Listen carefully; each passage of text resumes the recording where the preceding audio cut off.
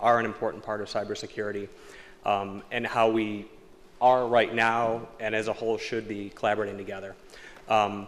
Before I get too deep into things, I do have a confession to make. A vast majority of privacy professionals are terrified of working in cybersecurity and security and IT. I have my theories as to why, and they're only my theories. I think as a whole in that environment, there's a general fear of being minimized, mitigated, or ignored. I think some of that then is imparted upon us as privacy professionals, or if you're in records management, it's incumbent upon you to ensure, number one, getting your foot in the door to have your voice heard, and then when you do, make sure it's an effective voice. If you do that, and as I'm going to draw out a little bit today in my experience, it pays great dividends, and it's really the way that we're moving in terms of information management and security and cyber across the federal government and in private sector as well. So I've been at HHS for about 2 years now. It'll be 2 years in November. It's the first time in about 15 years of working in information management that I've actually been in a security or IT shop. It's really been enlightening. And where others in my profession have seen that as something to be feared, while there are challenges, something I want to talk about today is some of the opportunity there and some of the benefits towards better collaboration between privacy, security, and again, as a former records officer at the National Archives, I always love to throw in records management too, and I've even done a little bit of FOIA in my time. It also helps that I'm in a very good situation. I report somewhat dually to our CISO at HHS, Sarah Hall, and also a dotted line to our CIO, Frank Bateman. I will freely admit, and that's part of the lesson in this, is they are very staunch advocates of privacy, as is Emery and Dave and a lot of the folks here at CMS. That is something that, especially in a maturity phase, is invaluable, and I can't stress that enough. So again, over the last 2 years, Your magic button doesn't work, Jackie? Not absolutely necessary. Oh, magic button. Anyways, I really want to phrase my remarks in terms of two areas: the benefits of collaboration and the risks if we don't. And I've seen some of those pretty prevalently, again, in these last 2 years. And part of my message is, and it gets beyond strictly the cybersecurity framework of things, is that a lot of these concepts, you know, for those of you who are security professionals, you are very comfortable in your security world. And believe me, I am very comfortable in my privacy, FOIA, and records world that have been in my past. But it is all part of the same life cycle. If you look at security architecture, if you look at records management, if you look at privacy, it's all talking about the same concepts. It's how we collect or receive information. It's what we do with it while we have it, and it's hopefully how we eventually get rid of it. Very few, as a former NARA nerd, 2 to 3% of the records that we create should be kept permanently. So we're talking like the Constitution kind of stuff. So eventual destruction. Those are all key to all these areas, and there's no reason for it to not be part of the same discussion. It shouldn't be one-off discussions. It shouldn't be a privacy guy doing a one-off with the records officer. It shouldn't be the security guy or girl doing a one-off with the privacy person. It may not always be the most comfortable conversation, but those discussions that take place when you sit all these people down in the same room is absolutely valuable. And more importantly, is the right way to do things, because it is all the same data that we're talking about, and I can't emphasize that enough. It is very easy to retreat to the privacy world, and privacy professionals, and I'll just throw us under the bus, we're really good at talking to each other, and we're really smart at talking to each other. It's learning how to be smart at talking to those other stakeholders and sitting down at a table and making some good risk-based decisions together that are really going to pay dividends. Because our business, at the end of the day, is about analyzing risk, and in some cases accepting risk, because the only way to make a system or application completely risk-averse is to not have it or start it up or collect anything. I used to say at the archives, when researchers would come in and they'd complain about someone got a smudge on a document, I would tell them the only way to avoid that is to not let you in. They never liked that. And same thing, we can't deliver our services, whether you come from a security, privacy, or any other background, if you don't have a rational discussion about what you should or shouldn't do and balance that risk from a privacy point of view, from a security point of view, against the benefits. Increasingly, we are being asked to share data that I, as a privacy guy, am not always comfortable with. But it's for very good reasons. It's for cyber awareness. If there's an incident, to send out the indicators of compromise, which could potentially include PII, depending on the scope of it. Program integrity. Am I the one who's going to stand up because of some vague privacy principle that I can't distinctly identify and say, no, don't do that? No. But if we sit down together and talk about the actual risk and the actual benefit and come together and come to an agreement on what those risks and what those benefits are, and we document that.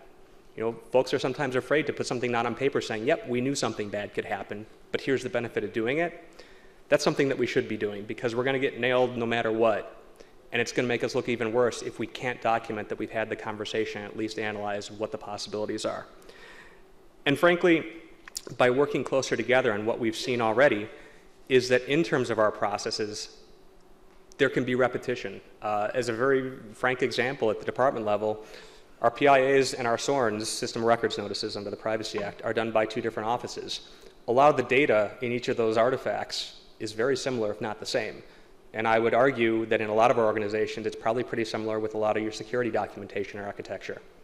The closer we work together, the more you can freely share / steal, whatever you call it, that information. So number one, there's consistency, and number two, you can avoid a lot of this repetition and work.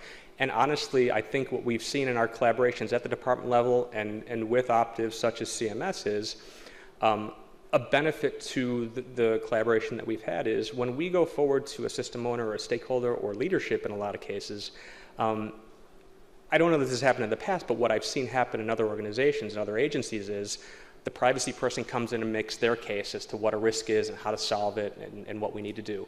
And then the security folks come in and say, well, this is what we see as a risk and this is how we're going to mitigate it. It's 2 very distinct voices, 2 very separate voices that aren't as loud as 2 voices coming together.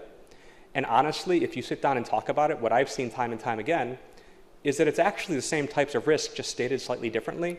And when you can sit down and come to agreement on what that actual risk is, and then you go forward to whoever you're talking to, you have a louder voice and you have a much more effective voice because then, I've got 2 small girls at home and they play the whole, well, mommy said I could. You avoid that if we come into the room together and have a consistent message. And I can't emphasize enough the value in that. And then the last point in terms of a benefit, and this is something that's becoming extremely prevalent across government in privacy and security, is workforce planning. And that's kind of a general term. But what I mean specifically by that is I even want and I envision going beyond security and privacy working together. In some cases, a security professional is thrust into privacy. In some cases, a privacy professional, such as me, is thrust into a security realm. Per my opening statements, we need to take advantage of that and create a type of hybrid cyber privacy security professional that not only adds the name to the title and adds the word to the title, but actually understands the different concepts and better yet, can translate and explain that. And that's why I'm really excited in terms of what CMS is doing with their data guardians. I think that's a form of this, and I think it's an initial iteration of doing something like that, someone to basically be the Rosetta Stone and translate and be accountable and be aware of these different worlds. And I think that's something that we should formalize. I think that's an idea that could be spread across the department, and I definitely advocate doing so and find other ways to make that a career track. I really do see that as the future of things because guess what? Funding's not going up. The amount of information we collect is not going down, and the risks are certainly not going down. So there's no reason to find ways to, again, maximize what we have and really become overall. I love the idea of creating information management professionals. I would love to take the word privacy out of my title, have it be information management. We all are accountable for all these different phases of what we do with the data that we collect. So the risks. And believe me, these are based on things that I've seen. And you see it in things such as the OPM incident. The volume will kill us. It absolutely will.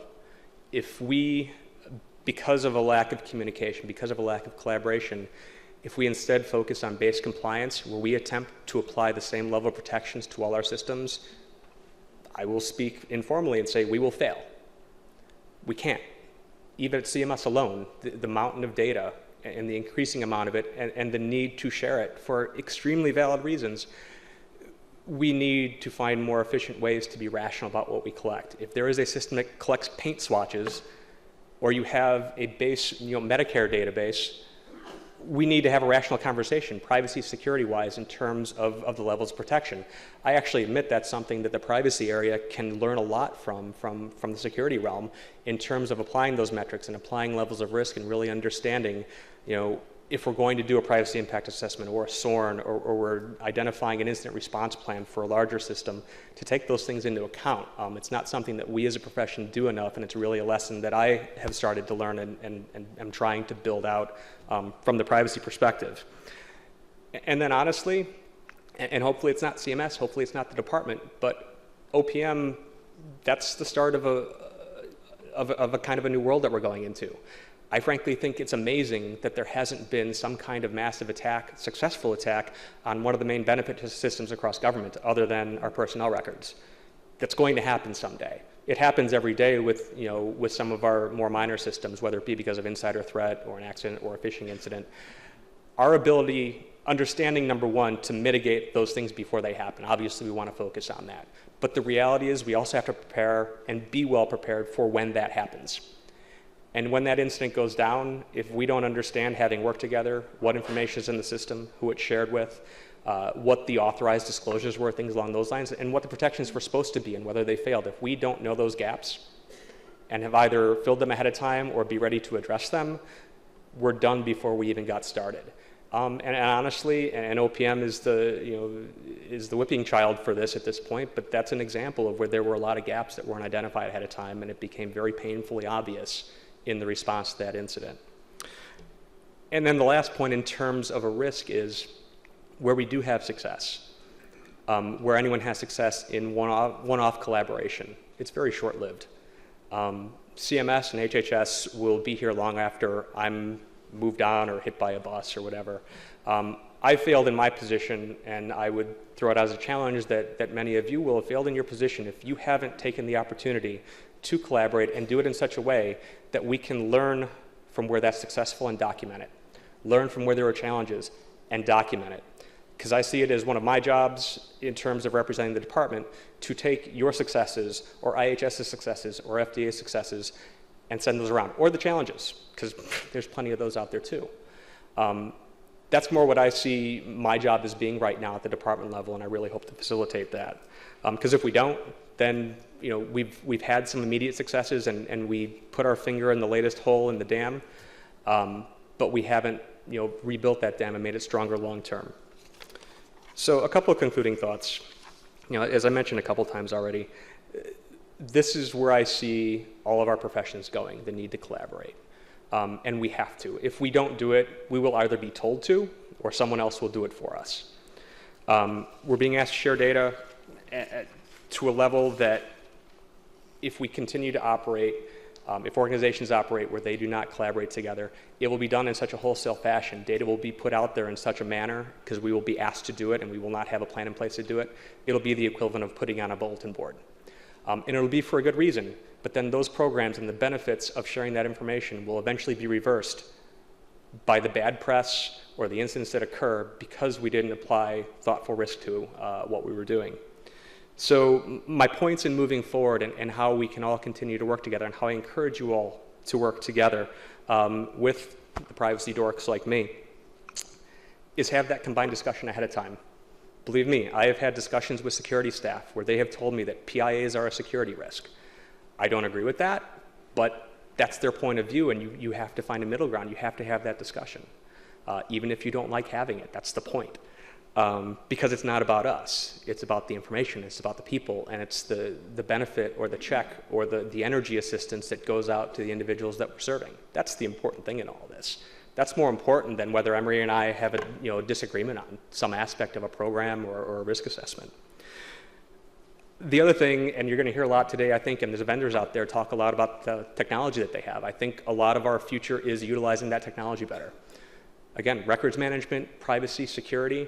If we have systems where we can categorize our data and the data knows what it's supposed to do, that'll do our jobs for us. Because if we attempt to apply controls manually, which is what happens a lot across government right now and in private sector, again, it's not sustainable in the long term based on the volume.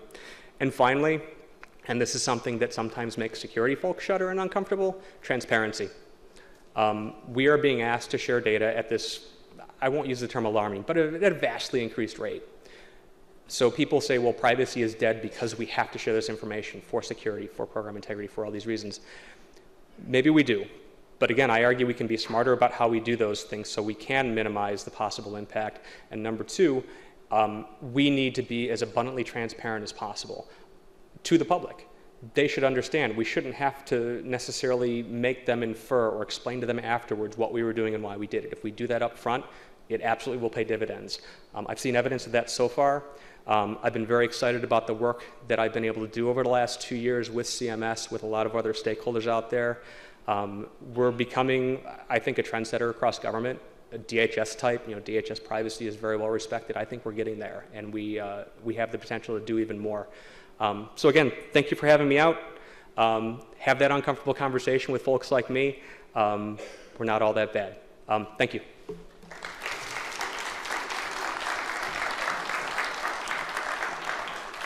Thank you.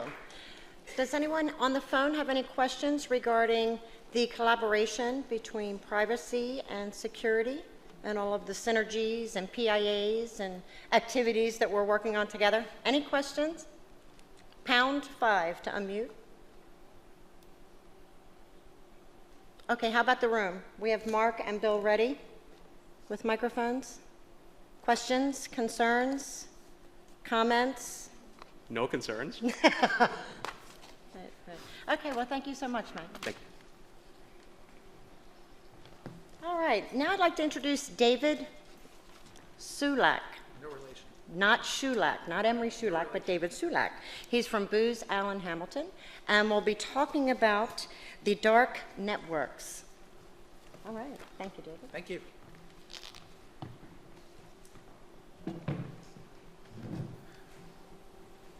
So hopefully it'll come up here. 2 caveats to my presentation before I start as they're pulling it up. First, I feel compelled to say this at every presentation I give. These views reflect my own and not those of my company, because I'm pretty forthright about some of the things I say on cybersecurity.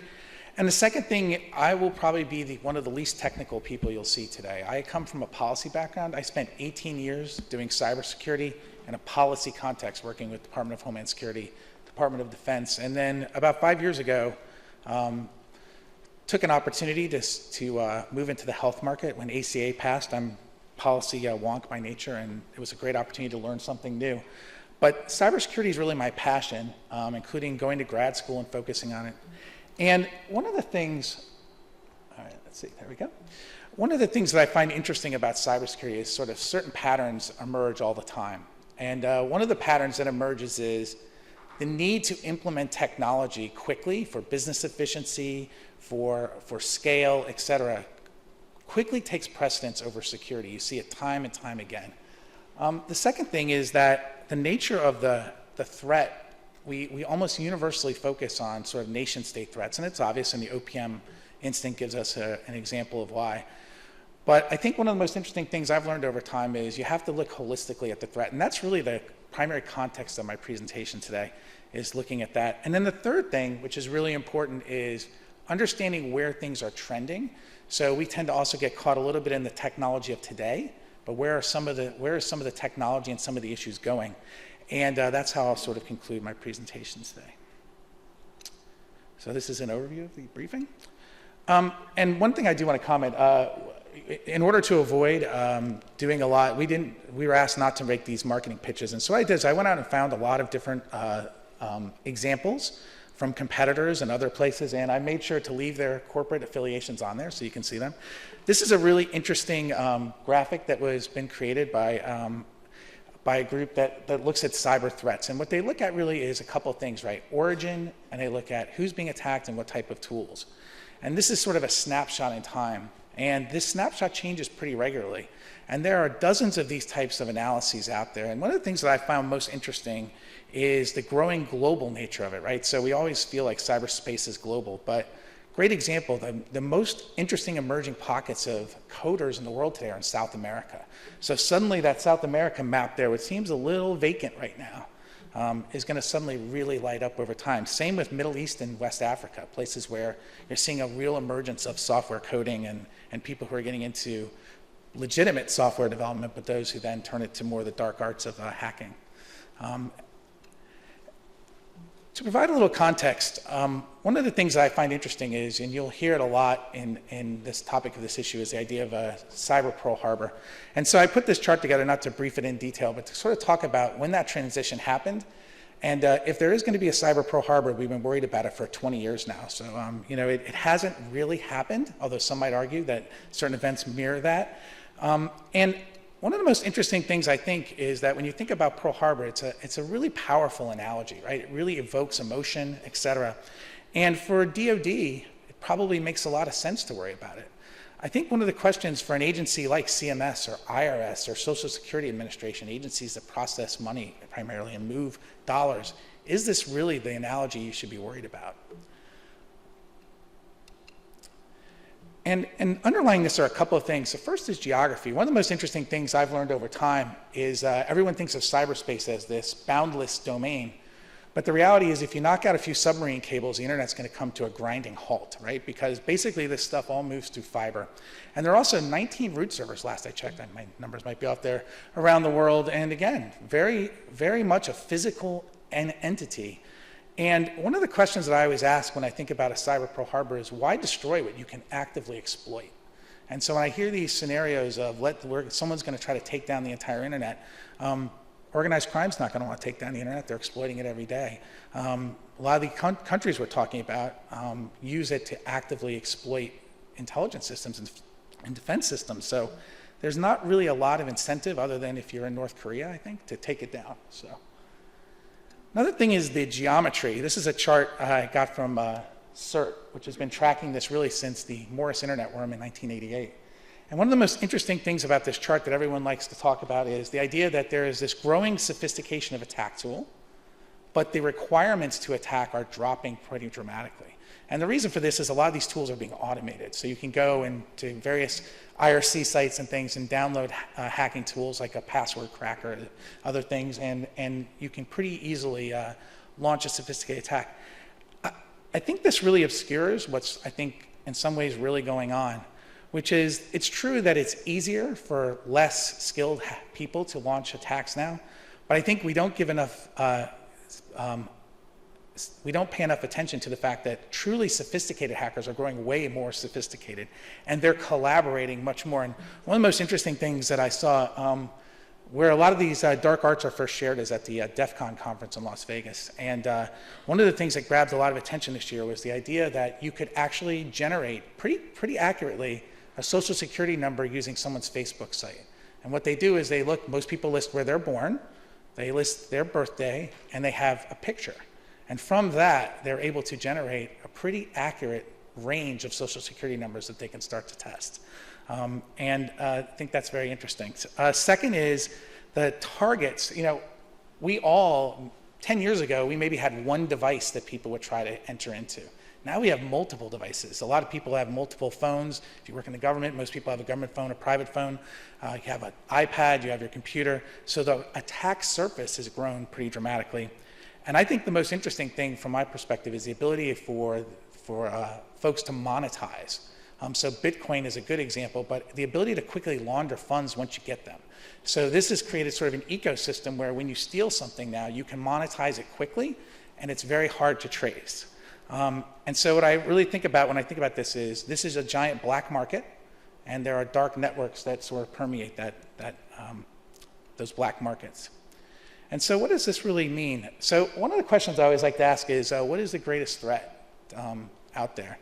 And for those who don't know what Evil Corp is, does anyone watch Mr. Robot in the audience? Can you raise your hands? Wow, nobody. So Mr. Robot is a show. If you're ever interested in really learning about hacking and the underground, I would recommend you watch it. It's a little bit of a weird show, but it really does explain various types of hacker attacks in very interesting ways.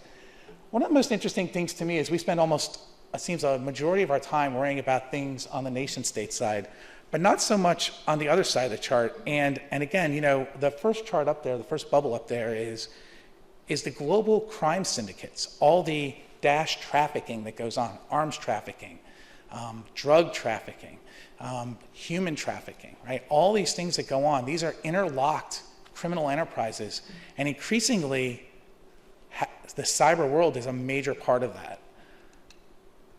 So what is a dark network? The way we've defined it is it's a loosely connected group of people that, in my words, horizontally connect. And what's happening is each of these groups are starting to specialize in areas. So some groups are specializing in identity theft. Some are specializing in money laundering. Some are specializing in phishing or other forms of attacks. And they're collaborating in real time and in a very efficient and inexpensive way.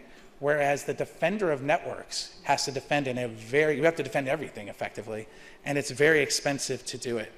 And I think one of the most interesting things I said again is this financial ecosystem that's been created that underlies it all. For a long time, I think how money was transacted was challenging, and I think the reason that Bitcoin, I think, scared law enforcement was it really became a very interesting way to launder funds, and through other online gaming things, not that it's used for a lot of criminal enterprises, but games like Minecraft and other things are games where you have a different form of currency that can be accumulated.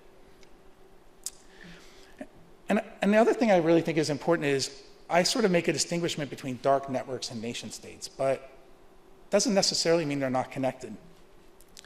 You know, one of the most interesting things to me is we basically have a criminal state in Russia for all intents and purposes, right? Very tight coupling of organized crime and the political leadership. And so I do think you're going to see more and more nation-state participation in these dark networks, both as participants to elicit funds and achieve other objectives, but also engaging in proxy kind of conflicts with the US and others.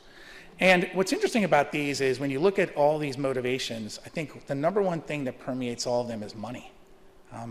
Access to money, so whether it's economic espionage to just basically ransoming someone's digital information, money is the underpinning of all this.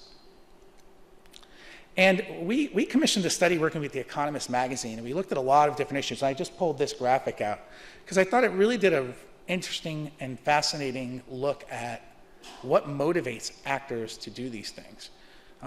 So I take a couple of things away from this chart, which is, you know, really everywhere they're motivated by money. I find it fascinating that apparently no one in Eastern Europe feels much national affinity. That was interesting. It sort of flies in the face of some of the things we think. But what really stood out is that it was pretty consistent globally. It didn't really vary too much globally in terms of financial motivation. Some of the other areas altered. But this financial motive is pretty compelling, and even the competitive advantage, the number 2, is really a financial motive when you think about it. And a question that we get a lot is, you know, why do these things succeed? What makes them so successful? I think there are a couple of things that are interesting to me. The first is these are highly agile organizations. They move, they are very able to adapt to their conditions.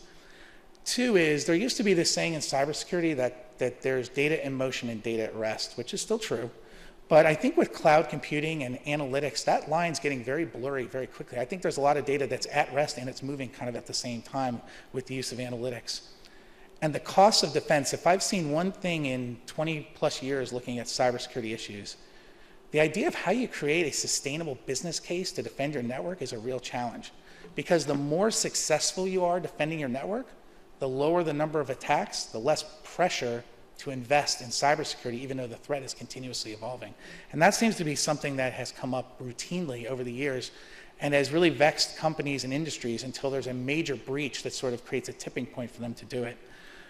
The other thing that I think is interesting are the last 2, weaknesses in organizational culture. So it was great to hear about the phishing exercises you guys are doing at CMS. My company, we've done the same thing. It's a very punitive process. If you actually fall for one of the phishing attacks, we send you to a 40-minute tutorial that you have to go through, and it's a pretty painful process. No one wants to do that.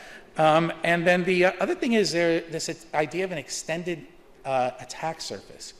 One of the most interesting things about CMS for me, coming and working with it as an agency, is the small federal footprint in terms of workforce and the large contractor workforce.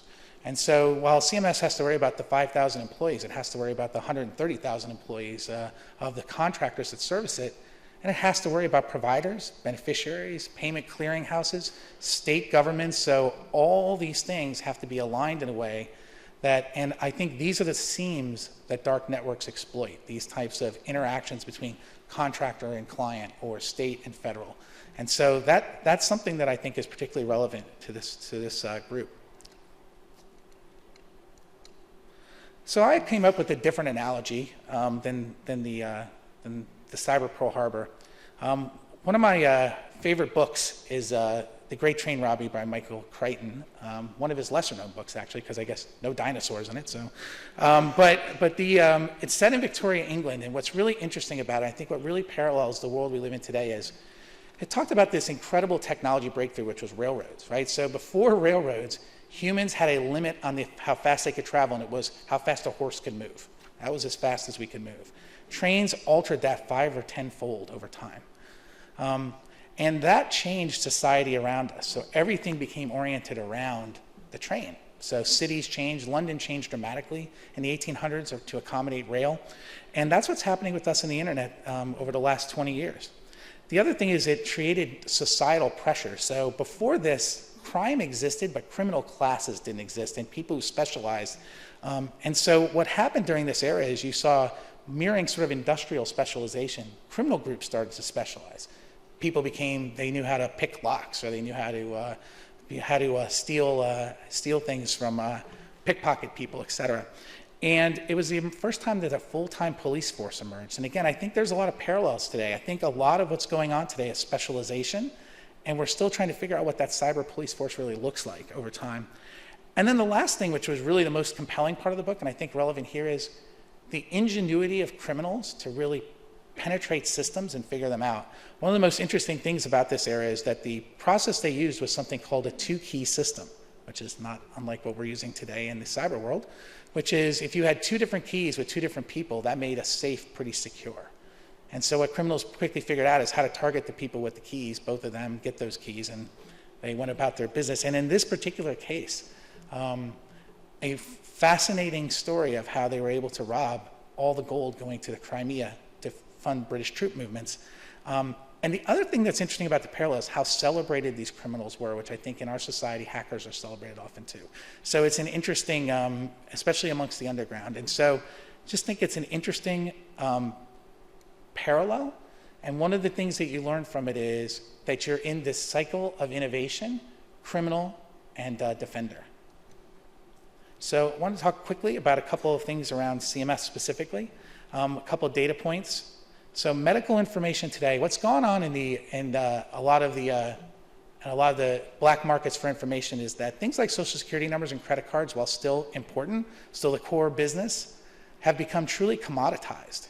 And so medical information is the hot new thing. And so in looking at this, medical information can get 10 to 15 times what a social security number will get today. So that means people are going to start to look for that data more actively. I think the second thing is, again, the idea of how criminals choose to monetize it.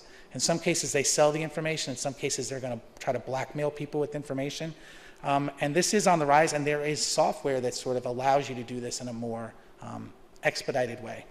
And it allows you, the person who's doing the ransoming, to be a little more anonymous. And I think what's challenging for CMS are all the pressures that the agency faces, right? So right now, push for electronic health records. I go to the National Healthcare Anti-Fraud Conference every year, and the Inspector General every year has made more and more comments about electronic health records to the point where they've described it as the way to perfectly document fraud, right? All the things you put into an EHR to help a doctor actually help a criminal as well. And I think that makes particularly small practices very vulnerable. Second is just pure volume of payment. How many, it's easy to hide inside the number of transactions that CMS processes. Speed of payment. So CMS is required to pay quickly. That creates, as we all know, sort of a pay and chase environment. But again, in the cyber world, pay and chase can be even more challenging than the physical world. I mentioned the extended enterprise. And I think the last thing, which is going to be interesting to watch, is how much pressure beneficiaries put on CMS for access for their own data and to include their data, such as patient-generated data in some of these medical records. I think that's going to create a much higher volume of data, and the legal complexities there are pretty enormous. I think that is going to be very interesting to watch in terms of how both CMS engages with the beneficiary and the type of data exposures that might place on the agency, the liabilities it might place on the agency. So I wanted to cover quickly two other things here. This is an actual record we pulled from on an online chat room. The whited out areas are the original areas that we were told we couldn't share. The blacked out areas are the areas I decided I didn't really want to share, not necessarily because they had PHI, but because I wasn't interested in this practice suing us for any reason. Meaning this data has both all the PHI and PI that you talk about, but it also has a lot of information about the provider in it. The only thing we left in there was, this is Anthony from New York, and as a proud graduate of Syracuse University, I can tell you there's a lot of Anthonys in New York, so we're not really distinguishing too much there. And then this is an example of an appointment book. We again had to white everything out, but an immense amount of data is buried inside these appointments. And these are just things that we were able to find just by quickly looking on the internet and in chat rooms. So one of the things I wanted to touch on quickly is, what are some other potential exploitations of information? We talk about crime a lot. I think what's going to happen a lot is medical information is going to be a gateway crime as much as anything else. It's part of a larger fraud scheme. The data that can be obtained from medical information will be part of the crime. I think another area that's really going to be interesting to watch is CMS has a remarkable amount of competitive intelligence that can be gained. So as you test new healthcare models in demonstration projects, that's also testing new business models. Think of ACOs. ACOs are a new business model. There's going to be a lot to be learned from, what if one organization finds a secret sauce of how to do this? Is that information that others might want who didn't participate in some of these processes and have to go through some of the rigors of that? I think another thing is gaming the system. If you can figure out how value-based payment and other things work, are people going to be trying to break in to learn algorithms and other things around payment to sort of optimize how they receive benefits back or payment back? Beneficiary-driven crimes, which I talked about. And then the last thing, which I think is pretty interesting, is CMS to date has not faced a true denial of service kind of attack in the way we would think of it. I think there are scenarios where that could be an instance where basically the goal is to deny payment to a provider group or deny service to beneficiaries. And I think that's something that merits watching. And what I did is, at the very end here, I put together 4 scenarios of things that I think are in the realm of the possible over the next, let's say, 5 or 10 years. The first is this idea of globalization of fraud. As you go to electronic health records, as you make your data more available, it really is going to expose CMS to new threats it hasn't seen so far.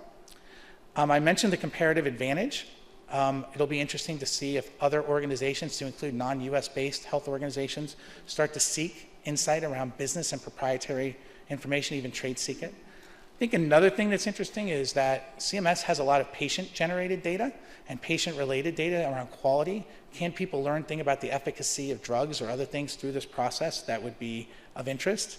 And again, as I mentioned before, the last would be denial of service. And I think one of the things to think about with denial of service is, more often than not, it's driven by 2 motives. Ransom, we want money to stand it back up. Or it can be driven by political motives. And one of the things that it didn't happen, but what if someone had decided to try to launch some type of denial of service attack against healthcare.gov as an example? What might that have done during the heat of the politics of the moment? And so I think that's something else that is probably somewhere on the horizon for CMS to think about. And that is it.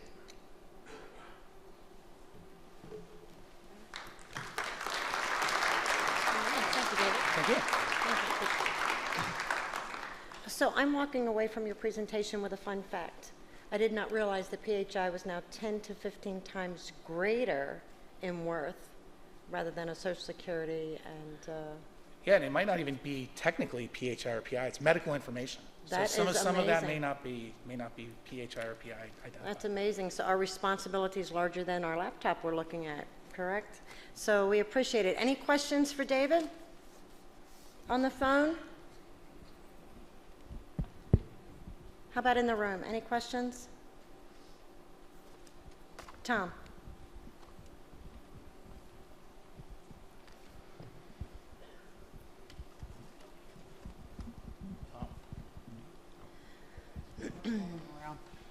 Okay, so want to see if you could address potentially talk about dark networks versus kind of the dark data. And what I mean by the dark data is, there's data that's available kind of on the intranet. Like if you go to a Google search, you can access that information, right? It's easily available. But then they talk about the dark data, which is data that's, in our case for CMS, it's data that's not available to the public, and it's kind of what you're talking about here. Are you able to kind of distinguish between those two and maybe talk about kind of maybe a little bit around the challenges of what CMS may be facing with trying to protect that data versus publicly available data, and as you talk about your potential scenarios here? Yeah, I mean, I think it's interesting. So I don't know that I'll address it directly, so you can follow up if but I think what's interesting, and I can just relay experiences I've had in the past with other economic sectors, let's say, other non-health sectors, is that there's always this idea that they're going to create a dark fiber network, some chain of communications or data that's outside connectivity to the internet. And so, and I know in many sectors they believe they can do that, but all it takes is one person and I can tell you that in at least 2 sectors I've seen where it takes one person who connects their device that isn't supposed to be connected to something to the internet, it's suddenly totally available to the internet, right? I think the idea of, I think the challenge, the speaker before I think hit on this, is, there's this real dilemma of access and security and privacy and transparency, right? And I think CMS faces these pressures every day where make data more available, make it more accessible to, like, the research community is a great example, make data available. But yet, it's not even clear how some of that data could be used at times for other purposes, right? And then it suddenly ends up on the internet and more available. So if your question is, have we seen, do I distinguish between what I would call dark fiber? I want to keep a set of information locked away where it's not accessible at all to the internet.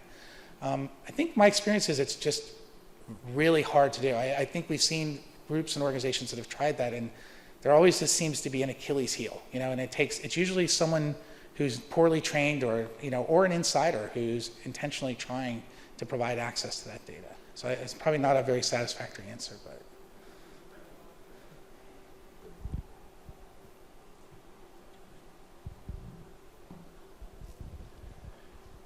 Can you elaborate a little bit more on how EPHI can be that much more valuable than personal information? Sure. I mean, it's simple economics, right? It's basically, at this point, so many people have access to Social Security numbers. They're sold in batches, right? I mean, if you look at 10 years ago, these were really valuable.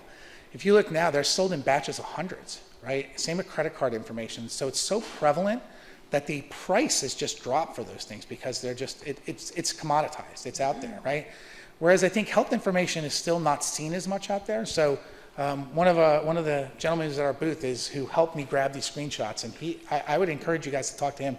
He can give you the details of where he went to see these things and what he learned. But I think the issue is that people haven't really, they're targeting it, but not at the same pace or volume that some of this other information is being targeted, right? It's almost like they haven't, it's almost like they're about to discover it. I call it like a gold rush that's about to happen kind of thing, right? Where I think when people start to see the value, but what drives the price is scarcity right now. The more it goes online, the more it will commoditize, the less, and they'll move on to something else.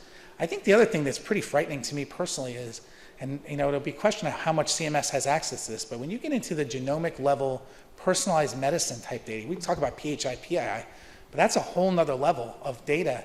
And I can envision scenarios where people that want to traffic in, say, organs, that information, you could be seeing people targeted based on genetic makeup of, right? And so I think, if anything, this information is going to become more valuable as you see it get down to the next level beyond just sort of patient data, but into the genomic, personalized level medicine, because it just has more direct abilities, and even the idea of targeting individuals based on certain genetic predispositions might be something that people look at.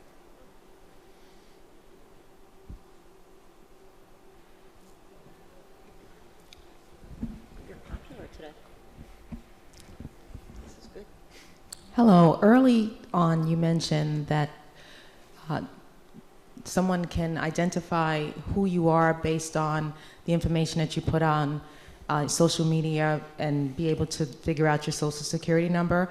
I understand how they can figure out the first 3 numbers based on where you live or where you were born, but how can they figure out the last 6 numbers? So I think what they start to do is randomize. It's also driven by age, right? That'll tell you how certain numbers were generated.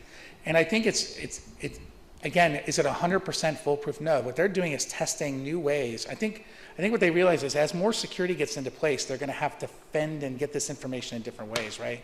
So it's, again, another example of sort of innovation. And I think what's really interesting is, so if you think about it, you're right, like where you're born. I was born in South Carolina. That's going to generate a certain numbers, right? First three numbers. But even with your date of birth, they can start to sequence those numbers in some ways. And I think that's what they're doing, is starting to look at how is that number, they're basically deconstructing how a social security number is generated. The other thing, by linking your face to it, is they're able to find other information through other social media and other things that starts to piece that story together. Like, if you're linked with your mother, you're going to be able to find out your mother's maiden name pretty quickly, right? So if you're linked in on, or you have a Facebook account with them.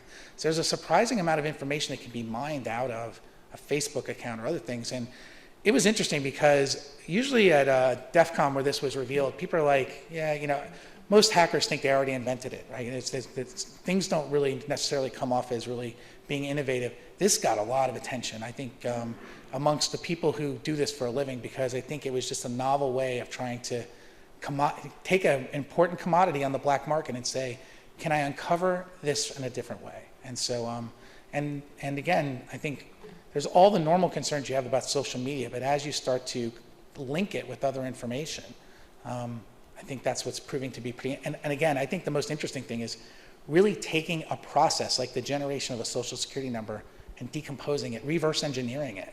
That's what they're really doing. And they've done it for other things, like even a major hack there a couple years ago was the idea of how they were able to basically travel on the Boston Transit system for free for a year without anyone figuring out. Those are basic kind of things, but again, what they did there is they reverse engineered how they issued those cards, and that's how they do it. So. Any other questions? Okay. Thank you. Actually, David, I have a question. I think we're going to borrow your acronym DON for Defenders of Networks for CMS. We love acronyms here. So we're going to borrow that one, right? Okay. Defenders of networks? That's exactly what you said. So that was very good. So we're going to take a 10 or 15-minute break. Thank you. And then we're going to open up with, forgive me, Tim Singletary from Harris Corporation of the wireless and the shock and awe. Very exciting stuff coming up. 15 minutes. Thank you.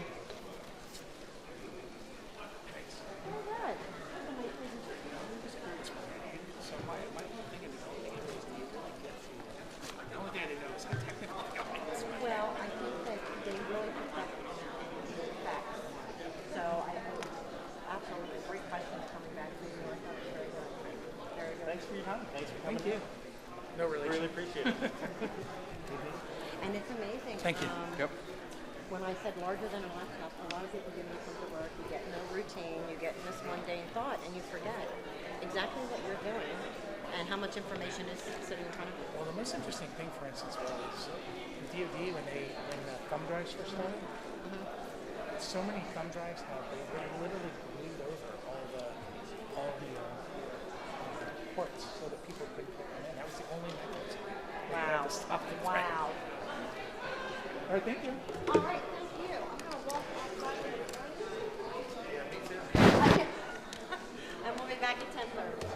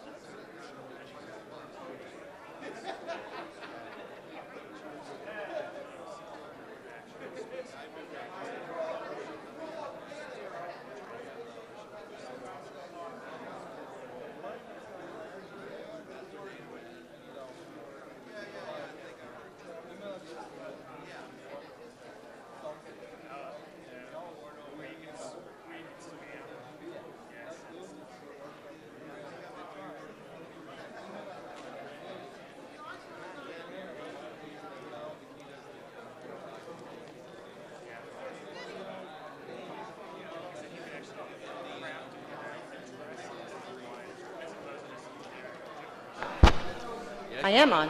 Hello. All right, we're going to go ahead and get started in about 2 minutes, trying to gather everyone back into the room.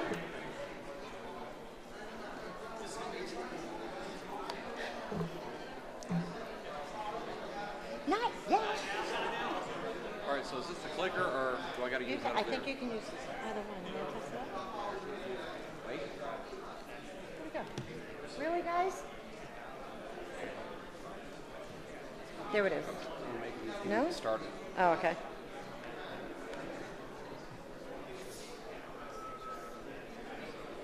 Well, at least we got 2 minutes to get it.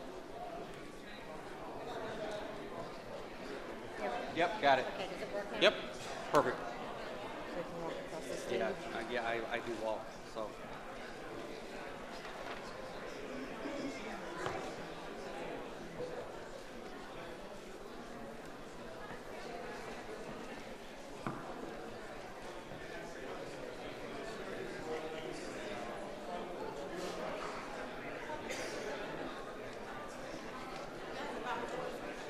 Yes, we do. Do you have the microphone cord on? Yeah.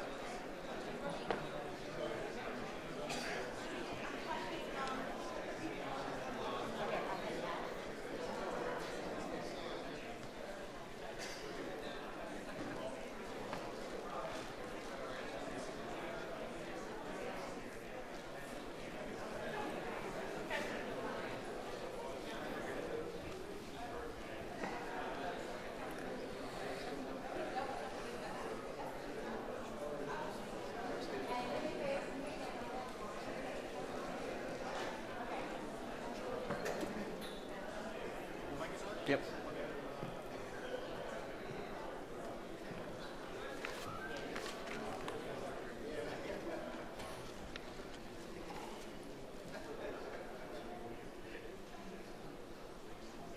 Hello, welcome back.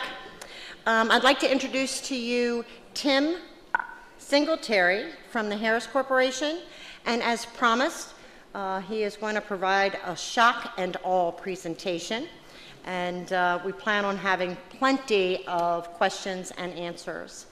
So, Tim, the stage is yours. Yep, thank you. All right, good morning, everyone. Okay, unlike some people, I'm a very interactive speaker. I do quite a few of these. And yes, welcome to shock. Let's go forward. And awe. Sometimes I like to call this what were we thinking? Because that's usually what happens by the time I'm done with this. People go, what was I thinking? Just a little bit of pre-information. I am not currently hacking anything that you have on you. Everybody understands that, right? But I'm going to demonstrate how we hack everything that you have on you. And you'll get the reasons for doing this as we go through the presentation. Again, I do a lot of these. I teach out at the Black Hat, the hacking forums. I am a good guy. I have security clearance, all that other good stuff. I work for Harris. So when I talk about the hacking stuff, it doesn't necessarily mean that I've done this. It just means I know about this, and I try and help the government. I try and help organizations like your own fix these issues that we have out there when it comes to security. But what I really want to kind of key in on today is your own personal stuff. So what we're talking about here, it'll apply to the organization, CMS and HHS, but it also applies to you personally because people don't understand how interconnected that is. You know, you have people that go home with telephones, computers, PDAs, laptops, tablets, people that telecommute, and they have their work laptops at home, and it actually does bridge over into the work networks, and that's what I want to try and bring out to you guys with today's presentation. So again, that's the I Love Me slide that they make us put in here. By 2020, there is going to be between 26 and 30 billion devices connected to the internet. So who in here has a device connected to the internet right now? There we go. I was going to say, I don't know anybody probably doesn't have anything that's connected to the internet, whether you realize it or not. There's a lot of technology out there that we're putting on the internet, and that's where I go, what were we thinking? Have we lost our minds? You know, I'm at HHS, there's probably some psychiatrists and psychologists around here. They might want to come and talk to some of us. Because think about some of the things that we're doing. And the problem that I have with this from a security professional's perspective is the technology that we're using, the backbone of the communications, is basically TCP/IP. And if you're not familiar with that, that's how the networks are communicating. And this was actually designed back in the 70s. And it's the same technology. It's not gotten any better. There's no security in it. Back in the 70s, they weren't concerned about security. They never thought this many devices would be on the internet, so they weren't concerned about security. But that's the same thing that our phones are using, the same things our PDAs, our laptops, our networks. We're still using the same basic technology. And that's a problem. And it affects every single one of us that are out there. So, where's our data? Everywhere. Who knows where your data's at? That is absolutely astounding. I recently was speaking to my mother and was talking about her phone. She needs to upgrade. She's like, oh, don't worry, I put everything up in the cloud. And I'm like, of everyone's mother in the world, you had to put your stuff up in the cloud. You really did that, Mom? Well, yeah, it's only all my contacts and my emails and my information.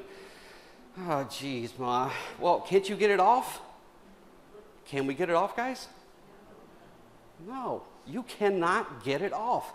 That's the absolute amazing thing to me, and we'll talk more about this again. Slides are just kind of to help guide me. We can talk about anything you really want to talk about when it comes to this. I've heard the OPM hack mentioned a couple of times this morning. Did anybody get the dreaded OPM letter? Because I got it. There we go. Quite a few of us here. So what happened to your OPM data? Where's it at? It's everywhere, but who stole it?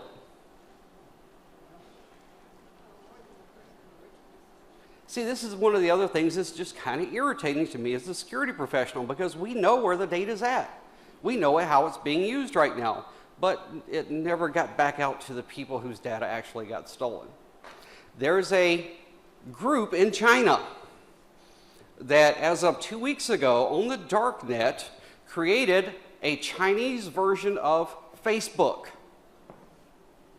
They took all of the OPM data, they gave it to a bunch of their soldiers and said, take this data and start building profiles based on this information.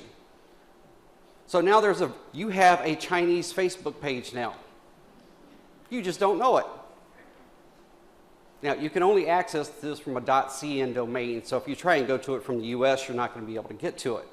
But think about this. Why would a Chinese organization go to all this trouble to take all this data and build this Facebook-type system that only can be accessed from China? Why? Anybody know? Take a guess? Take a stab? It's profitable because what are they going to do with it? They're going to sell it. They're going to sell this data. Because I guarantee I'll be able to query that Chinese Facebook and see who works at HHS. See who lives where, see who works for Harris, see who works for Northrop, see who's a defense contractor, see who their family members are. It's just a plethora of information that's sitting out there right now. That's where the OPM data is sitting. So what should we do about this? Anybody?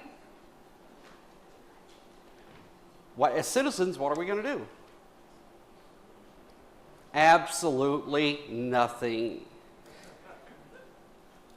That's the way it is, because we haven't banded together in order to understand what our issues are and what our problems are and what we need to fix this. And some of the things I'm going to show you today, you're probably going to get really scared. Now, I stole this from the HHS website. And first off, I'm a little bit impressed. You guys have fairly decent security, and you are concerned about things. You're going through the phishing exercises right now, and I applaud that. You absolutely need to be doing that type of stuff. But can you be doing more? Absolutely. And you've heard this a million times. Security does not equal usability when it comes to the workers and the users. And that's true. But at what point do we draw that line? That's still the challenge for security professionals. I still have to make these systems available for you to use, but at the same time make them more secure. Well, here's my approach to you. Make all of you smarter people about security, and hopefully you can help us out when it comes to doing stuff like this. And yes, the kitty cat is sniffing our packets there. Your packets are always being sniffed, right? Okay, who knows what a packet is? All right, give me a definition of a packet for those that don't.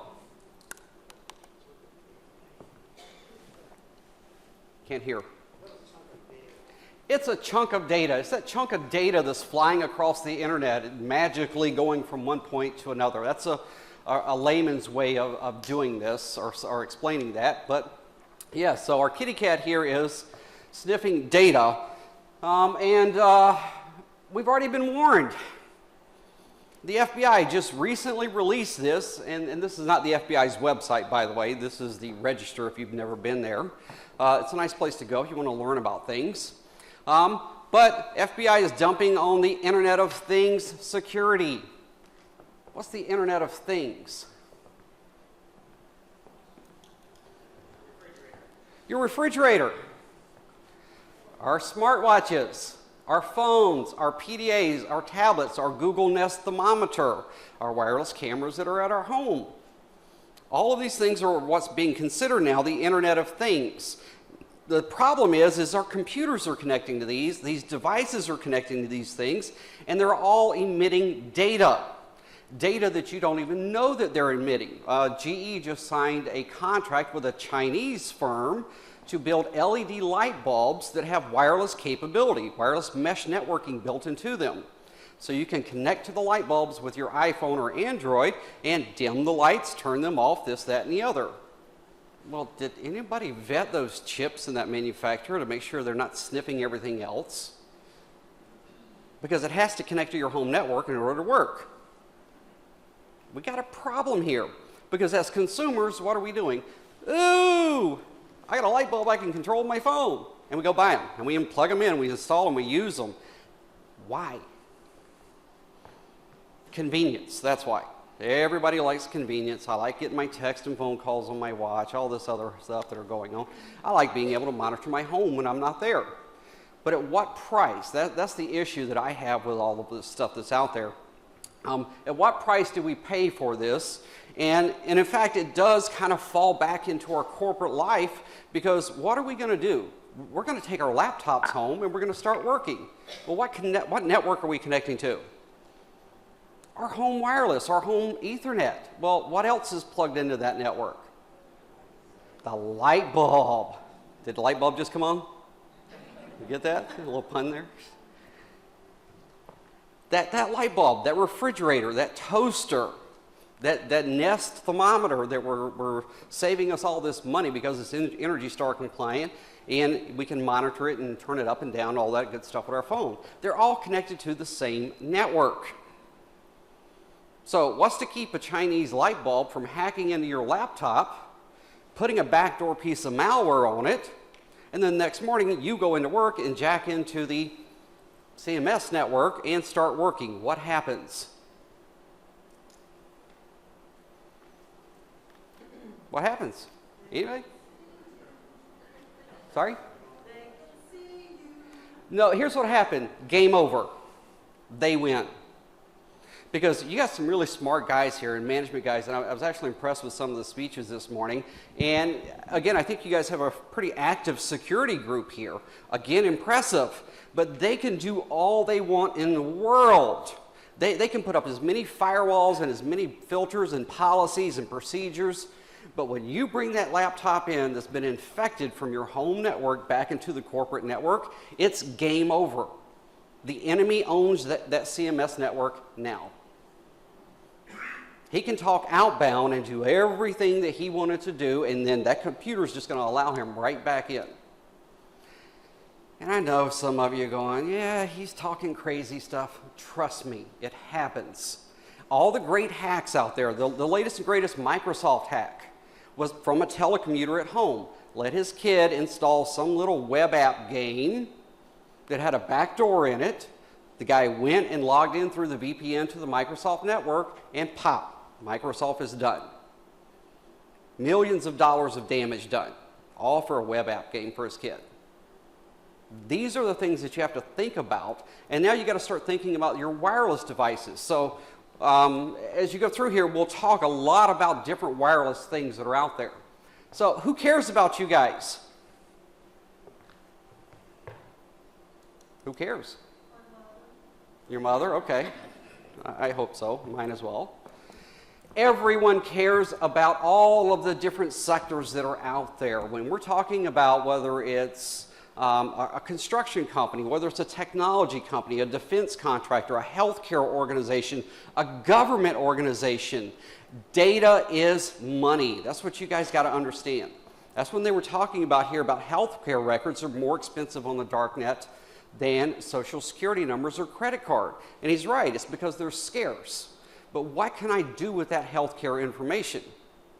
Well, as a bad guy, what I'm going to do is I'm going to create a profile on a particular user or an individual, get into those healthcare records, and I'm going to start sending off for prescription drugs. Some nice prescription drugs. And I'm going to have them mailed home or emailed through the web, whatever it is, and have them hand delivered. I'm going to take those, put them out on the dark net for sale. Trust me, guys, it's out there. I can take you to darknet websites right now where you can buy any prescription drug that you want. I can even get you trial drugs. And they're expensive, but that's because the health records are expensive right now. And I know you're sitting there going, this stuff doesn't exist. It does. I cannot even begin to hopefully impress that upon you. So when we were talking about the dark net, it does kind of apply here. How big is the dark net? Anybody know? So we've got 3 layers to the internet. And I think I have a slide coming up on this, hopefully. We've got the internet that everybody sees. We have the deep web, which is the next layer down. And then we have the dark net, which is underneath that. Now, just to give you a little bit of perspective, the internet in and of itself, and when I say the internet, you guys think of Yahoo, Microsoft, Google, Bing, you know what, you can go to a www site. That's the internet. So right now, most people, as far as the statistics that are out there, the internet is only 4% of the visible network. 96% of it is deep web and dark net. So how big is Google? Has anybody ever found the end of Google? Don't think so. So if the Google is that big and it's only 4% and the dark net is 96%, what's on the dark net? You guys would be appalled if you saw some of the stuff that's out there. You'd be shocked. You'd learn things. You'd be scared. You'd probably smash every device you have and go live up in the Adirondacks with me. Land is cheap up there, by the way. If anybody wants more, we'll talk later. I'm not selling it, but I can tell you where to look. Get away from all the wired stuff that's out there. So, give you a little practical example here. We publish this thing, and I know I'm not trying to advocate for this, but we publish a weekly cyber threat intelligence newsletter. Anybody's welcome to get this, talk to me later. I'm not here to hawk that, but we do this and we talk about the dark net, we talk about threats to users, we talk about threats to companies, and these are all bleeding edge type articles that we write. But very recently, on the 28th, I actually wrote an article in there because this was a personal experience that I had about a doctor's visit. Hey, doctor's visit kind of falls right in line with what you guys are doing here. So I went to my doctor, and I needed to have a couple of tests done. And I'll just give you guys a second to read this. And I'll take a swig of water. This is part of the article.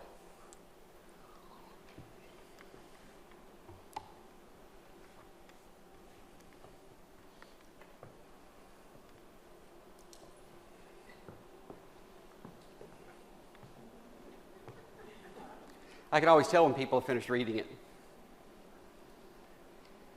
Now I go back to, what were they thinking? Now, would anybody here make that same mistake? Has anyone experienced anything like this? Where someone has talked about a password a lot. See, I see some heads shaking. This was absolutely absurd.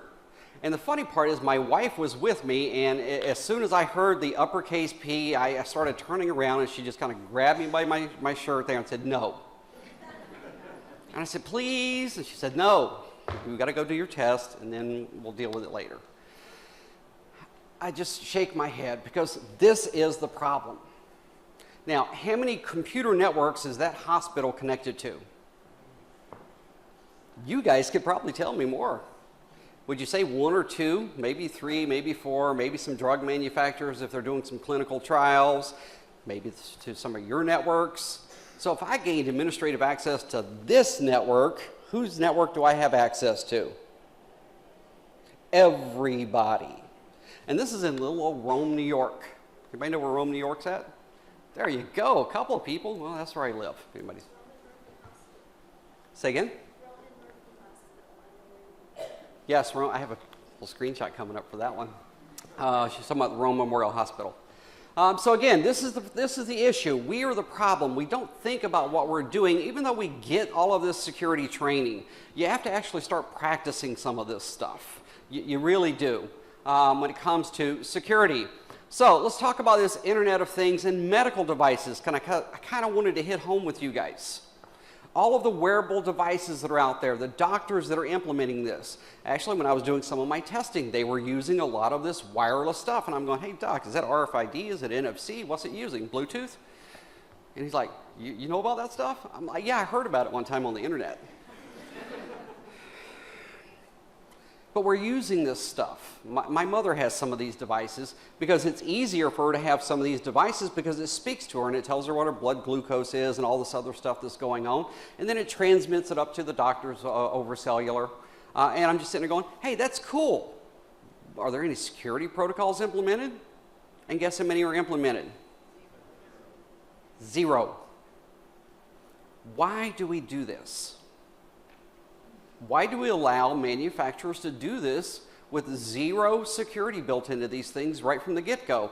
And now we're going to start getting into some of the shock and awe. But we have these. And just so you know, I do a lot of consulting with companies. I am not about to walk into anyone's corporation and go, you got to turn wireless off. I've done that before, tried it. They laughed me out of the room. Because you got to have wireless to a certain degree these days because of the cheaper infrastructure costs, blah, blah, blah, all the other things. You're just going to have to deal with is what you need to do. And that's the critical part here is how do we deal with this? So what are some threats out there? Well, we can look for your SID, your identifier for your network. Yes, you guys can block that, but I can uncover that in about 2.5 seconds. You can use encryption. You can use MAC filtering. There's man-in-the-middle attacks. And we're going to go into a little bit of these. Captive portals. I love these. Just absolutely fantastic. Does anybody know what a captive portal is? A captive portal. You guys may even have one here. I've not touched your wireless networks. I can't say that enough. A captive portal is Starbucks, McDonald's, the hotels, the airports, anywhere where you go, and they actually have this little log on or authentication page that says it's the Syracuse airport, or if it's the Starbucks that you're sitting at, and you have to either put in your Starbucks member ID or whatever it is before you gain access to the internet. Your banks sometimes have captive portals as well. It's nothing more than just a web page that authenticates you into their network. And there are literally hundreds of thousands of these all over the place that are sitting out there. Has anybody here ever logged into one of those? A couple of you. Have you ever validated that it was actually Starbucks? How can you? You can't, really. But we didn't check. So whose Starbucks did we just log into? That's the things that you got to have to start thinking about, especially when you're going into public things. And I don't know if I have this on the slide, but I'm going to just make sure you all know this right now. There is no such thing as free Wi-Fi. If you ever see a SID or a network pop up that says free Wi-Fi, shut everything off. As security professionals and hackers, we do this just to see how many people are going to click on it. And you would be shocked, literally shocked, how many people actually click on it and go, hey, where's my free Wi-Fi? Hang on a second, I'm getting your password. Okay, got it. Thank you very much. Here's some free Wi-Fi. So we'll talk a little bit about this. So how do we do this? Well, we do it with some basic equipment that's out there. One's in my bag, so I'm not going to pull it out. Anybody notice the little antennas that I have on the podium?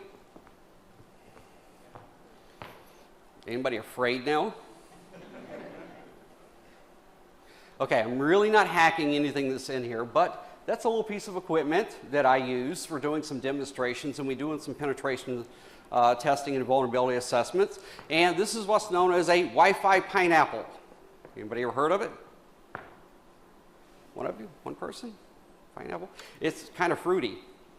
The way the hackers do this stuff and some of the names they come up with it, I have never figured these out, but hey, it's a pineapple, it works. It could be worse. The other one I have in my bag is called Fruity Wi-Fi, but it's another device. So with some basic pieces of equipment, less than $100, I can actually do all the hacking that I want when it comes to wireless. It doesn't matter whether it's NFC, whether it's Bluetooth, wireless, you name it, I can do it. And the Wi-Fi here, if I remember off the top of my head, with the external battery, which is actually powering it right now, I think this cost us right around 110 bucks. I actually got a few extra devices to go on it so I could sniff airline traffic going over. Yes, it can do that. It sniffs ADS-B, so I can see all the airplanes going over. You'd be surprised at what's flying above you sometimes. Now, again, I don't do this maliciously. I do this to try and educate people and to try and help companies fix their stuff. Let them see what the hackers are doing and the bad guys are doing. But just keep that in mind. So what are some basic attacks? The most basic one out there is called a man-in-the-middle attack, and it is exactly what it sounds like. I'm going to sit there and see that you're sitting at Starbucks or you're sitting at the airport or in some public hotel somewhere, and you're trying to connect to a wireless network. All I'm going to do is basically jump on that same channel that you're jumped on. I'm going to send a couple of TCP/IP packets, do a reset here, and spoof your MAC addresses, and I'm going to basically jump in the middle of that session between the client and the server. So now, when you're going to Google, you go to me first. I go, oh, he's going to Google. I pass it up to the server and goes to Google. Google replies back to me. I forward it back to you. You see how we're doing this? I'm just the man in the middle. I'm passing data back and forth. But as I'm passing this data back and forth, what am I seeing? Everything. Absolutely everything that you're doing on the internet, I'm seeing. Now, this is what's called a Raspberry Pi. Anybody ever play with a Pi? Raspberry Pi? Couple of you? Yeah. Cool. Raspberry Pi, 35 bucks. You can buy them at the micro centers here in the DC or Virginia area. Very nifty little devices. This one I have set up with Fruity Wi-Fi. You can have them control your TVs. It's just all kinds of stuff you can do with Pis. But very cheap, very economical way to do some of these things. So this is what we call the man-in-the-middle attack with this one. Or you can go high speed and low drag for you military folks or ex-military, and you can just go get a pineapple, a Wi-Fi pineapple, again, which is what I have up on the podium right now. And hopefully we have enough time here where I can show you guys what my pineapple has seen inside the room since I've started talking. This is very quick, it's very easy, it's cheap, has a nice little web GUI interface, and what's even cooler is you see it's got the little dip switch over here on the side of it that we have right here. You can set it up into auto attack mode. And if anybody's concerned, you can come check my dip switch. It's set on no attacks right now. But I can set it up to do auto attacks, plug it into that battery, drop it in my bag, and I could have been walking around here all morning long. And what could I have been doing? I could have not only hacked your networks, I could technically have gotten the guest networks and any other wireless networks that are floating around here. Anyone would have stopped me? Who would have stopped me? Anybody? Nobody, come on. Security didn't even stop me. That was in my bag when I went through the scanners. I'm not kicking security. They didn't know. They had no clue what it is, and hopefully you guys trust me. But that's my point is you can do these things so easily. It's not even funny. So this is our pineapple that's out there, which is, again, if anybody's interested in these, for educational purposes only, hack5.org. HAK5, the number 5.org. Is where you can get these. Don't trust me, they got a lot of stuff out there. You can get a rubber ducky. You can get the pineapple. There's a few other devices that they have. And I will tell you this, just in case if there's any upper management or management in here, do not bring any of these devices into this building. You may lose your job. I'm just saying, if you're trying to learn for educational purposes, fantastic. We all need to learn about this stuff, but don't bring any of the stuff in the building. That could be very, very bad for you. So here's a quick screenshot of the Wi-Fi pineapple, just to kind of give you an idea of some of the things that it does. And we actually have modules that we can load, and we have to go to the pineapple bar, as they call it, and we can download infusions and turn them on. So I've got auto secure shell configuration, blah, blah. I've got Karma. I'm going to talk about Karma. I can log everything, all your network configurations, Wi-Fi managers, all these other cool things that are out there. But what I want to talk to you guys about is called Karma. And can anybody tell me what Karma is? Basically sends back out a signal for your phone or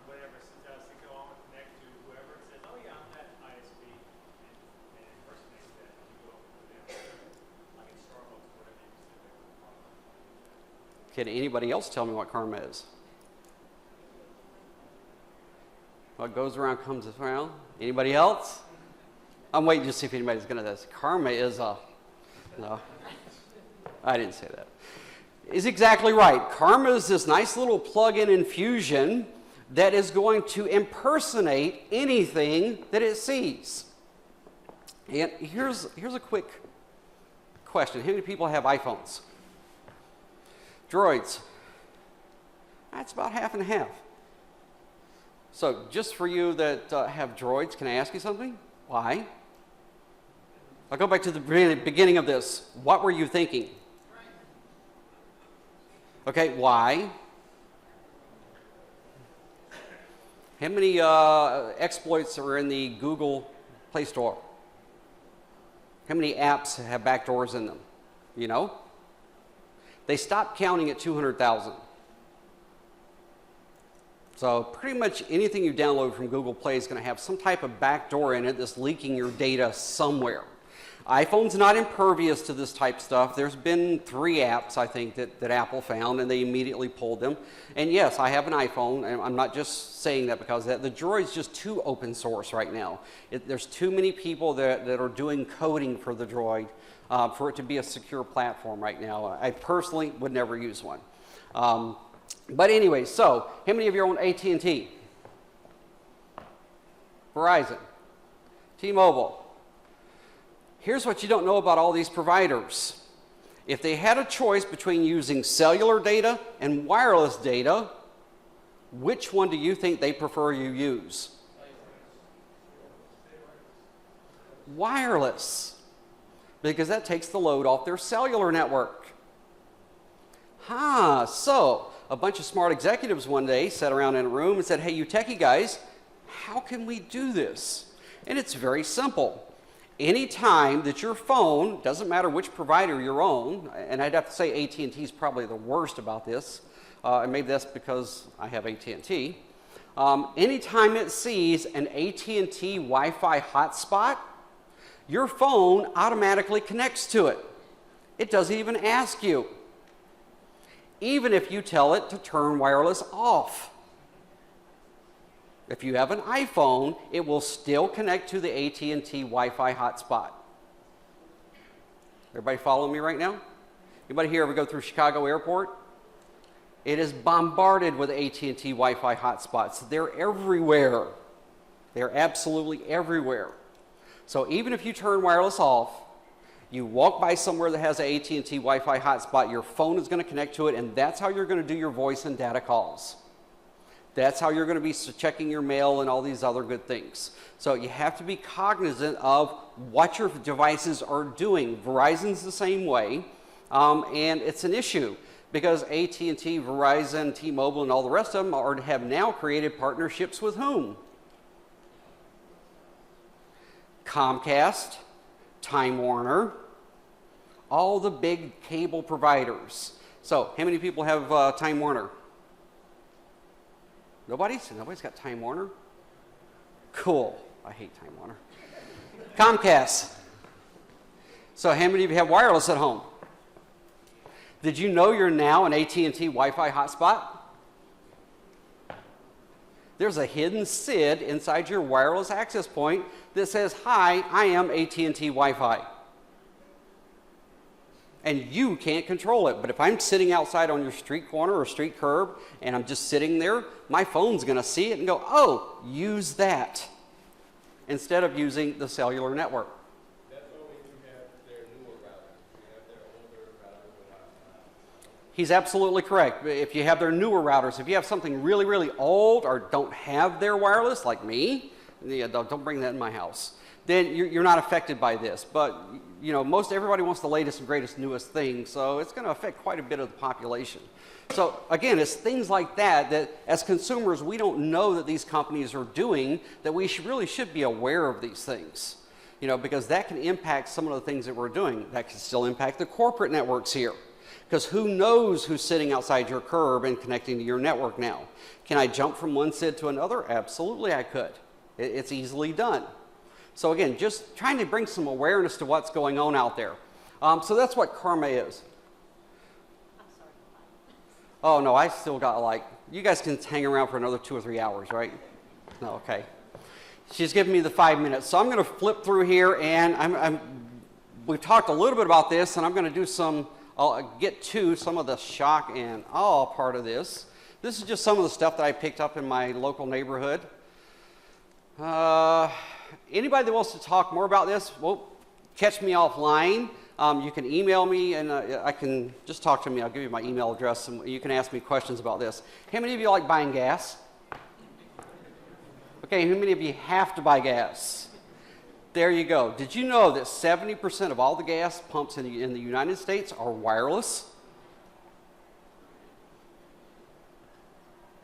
Yes. Wireless. How many of them have encryption? About 1%. Here's a quick screenshot. This is from local Rome, New York, and this is a fast track that's sitting up here on the left. They have 4 bays of tanks, and how many wireless networks do we have? 1, 2, 3, 4. How many of them are encrypted? Only 1, which to me was puzzling because I'm going, wait a minute. If he encrypted 1, why didn't he encrypt the rest of them? Didn't make any sense to me, but whatever. Just around the corner, we have another one. This one was kind of cool. He's got a Belkin 54G and a Linksys connecting his to the inside of the store. I'm like, dude, you should have at least got the same manufacturer. But he didn't. And by the way, these are all set up as default configuration with admin and admin as passwords. Next time you go buy gas, why don't you sniff the wireless and see what's going on out there? I know, I got to speed up. She's going to start throwing things at me. This was just a quick little demo of how I break into your corporate networks in about 15 minutes. I don't care what you're using for security. I don't care about your VPNs. I don't care about your WPA. None of that other good stuff. I will break into your network. Wiggle. If you want to go see how bad this is Rhode Island, by the way, if you can tell. Every one of these little blue, red, and green dots is a wireless network. You should look at Manhattan. You can't even see Manhattan. It's just a big blob. You should go out there and check your home address. See if the bad guys have seen it yet, and whether or not, if they have, you need to secure your wireless network because people are using it. You can go to this database, check your address, and it'll basically come up like this and tell you what network's around. And as you said, Rome Memorial, here we go. This is Rome Memorial Hospital, and you can see all the open and free Wi-Fi that's floating around this hospital. So again, I'm trying to make that tie to the medical community because this stuff happens out there. I'm not making this up. This stuff really does happen. And the world is at your fingertips here. Everyone uses wireless, but guys, get smart about using your wireless. You know, don't let the vendors just shove this wireless technology down your throat without at least knowing what you're getting into. And just for giggles here, if I can get this up, can we flip to HDMI? He's flipping it. He's trying to flip it. So what we're going to show here, and then we'll just real quick, let's see if I can get it up. So while you pull that up, does anyone have any questions? There's lots of questions now, right? Phone? In the back, Mark? Do we have any on the phone? #5 to unmute.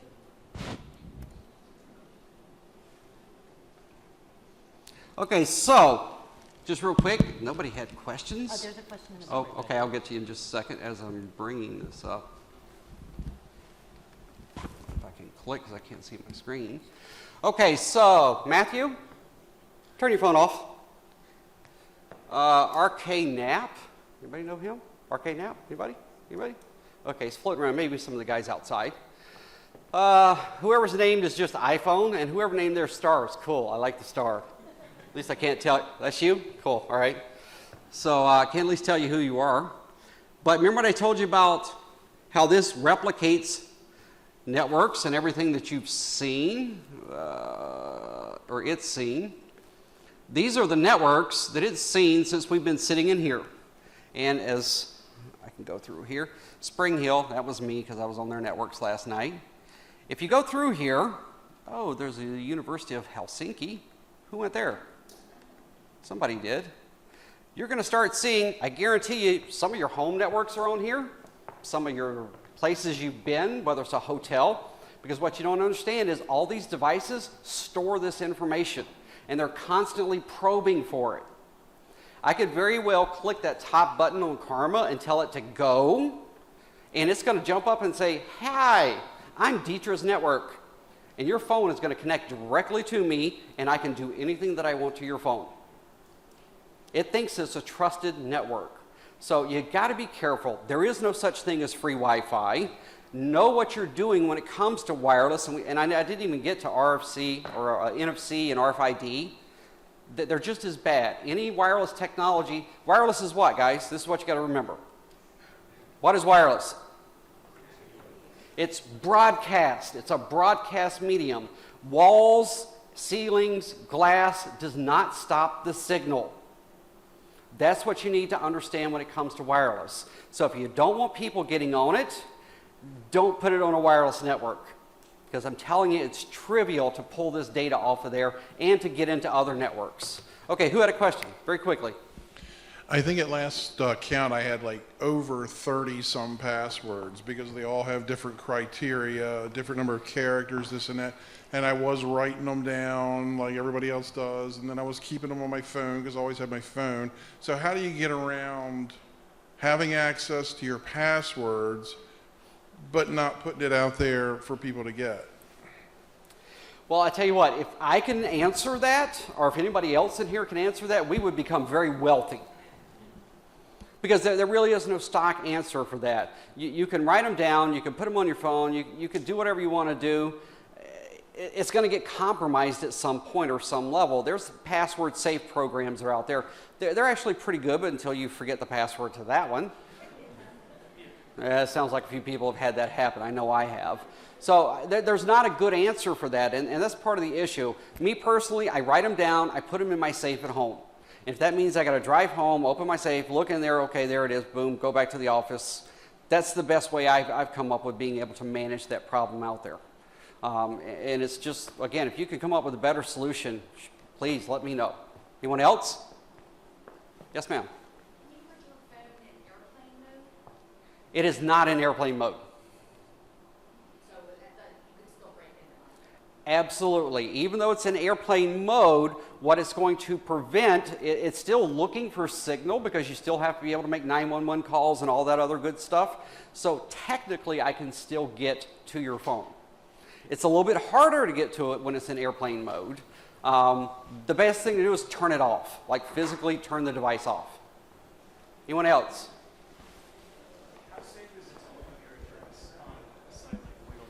9 out of 10, if you live in a city, they've already found it. It's fairly safe to put your address, put your neighbor's address in it. You know, it's going to show you the same street level map, and then you can see, oh, he's got mine too. Okay, that's an easy way to do it. Anybody else? Okay, so if anybody has any more questions, because I know I'm taking up someone else's time at this point, you can catch me afterwards on the side, this, that, and the other, and I will be around here for at least probably another hour or so. Thank you very much for your time and your patience, and I'm sorry I didn't get all the slides, but again, shoot me an email and I'll send them to you. They're all public type slides. All right? Cool. Thank you. Thank you. I told you I was going to go long. Thank you very much. Thank you. Very good.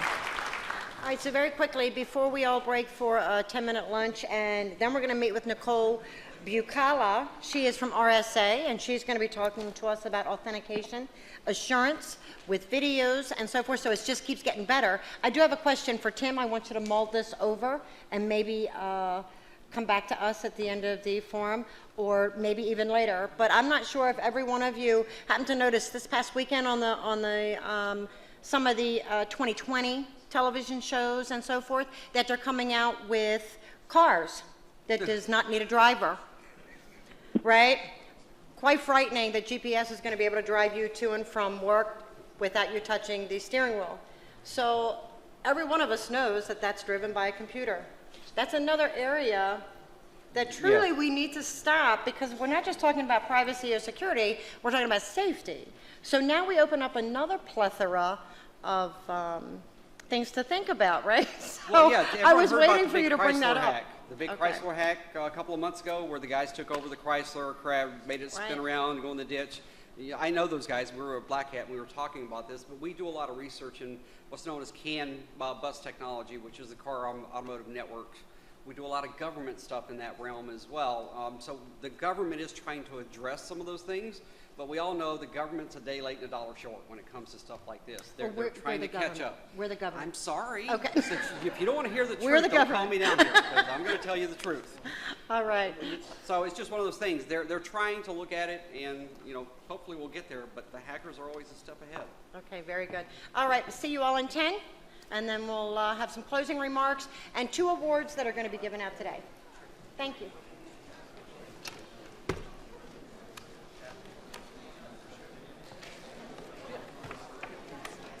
Sir. Am I?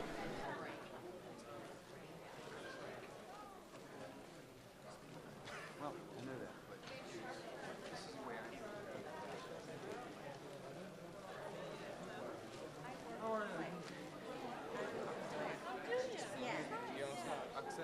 I recognize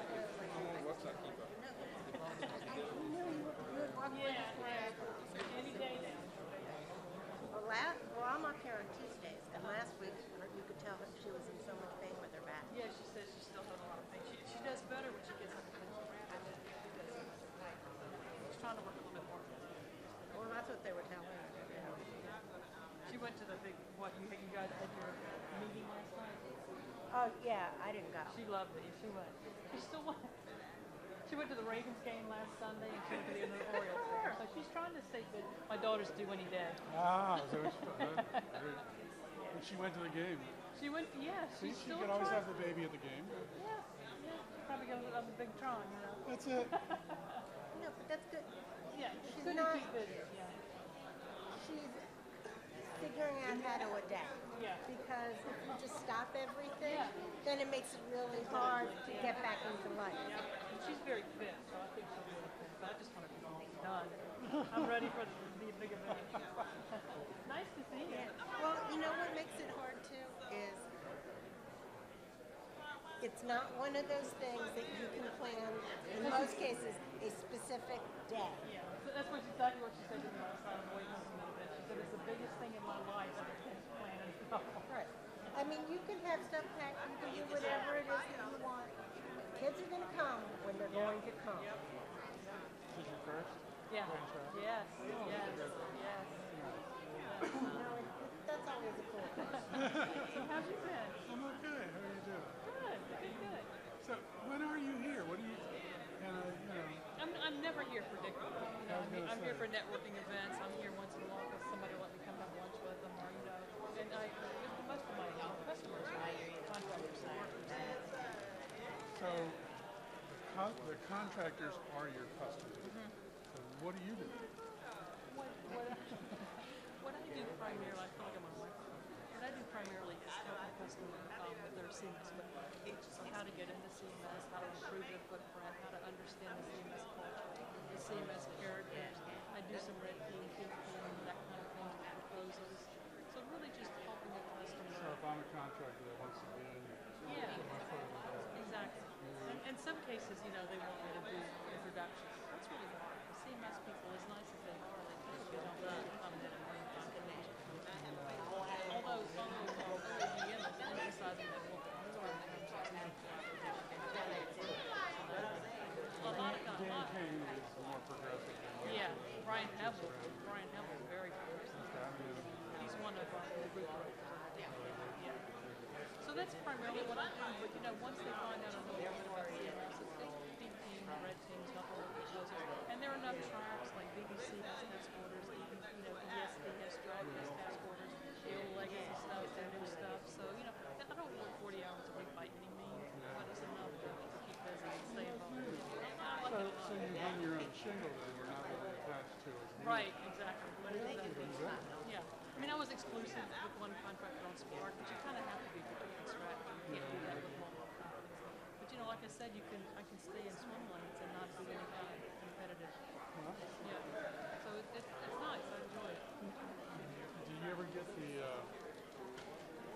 what is it we always used to talk about, not us, but, everybody around talking about, another contractor, we get more and more contractors, we have contractors, we have other contractors, some are good, some are bad, there's more and more in here.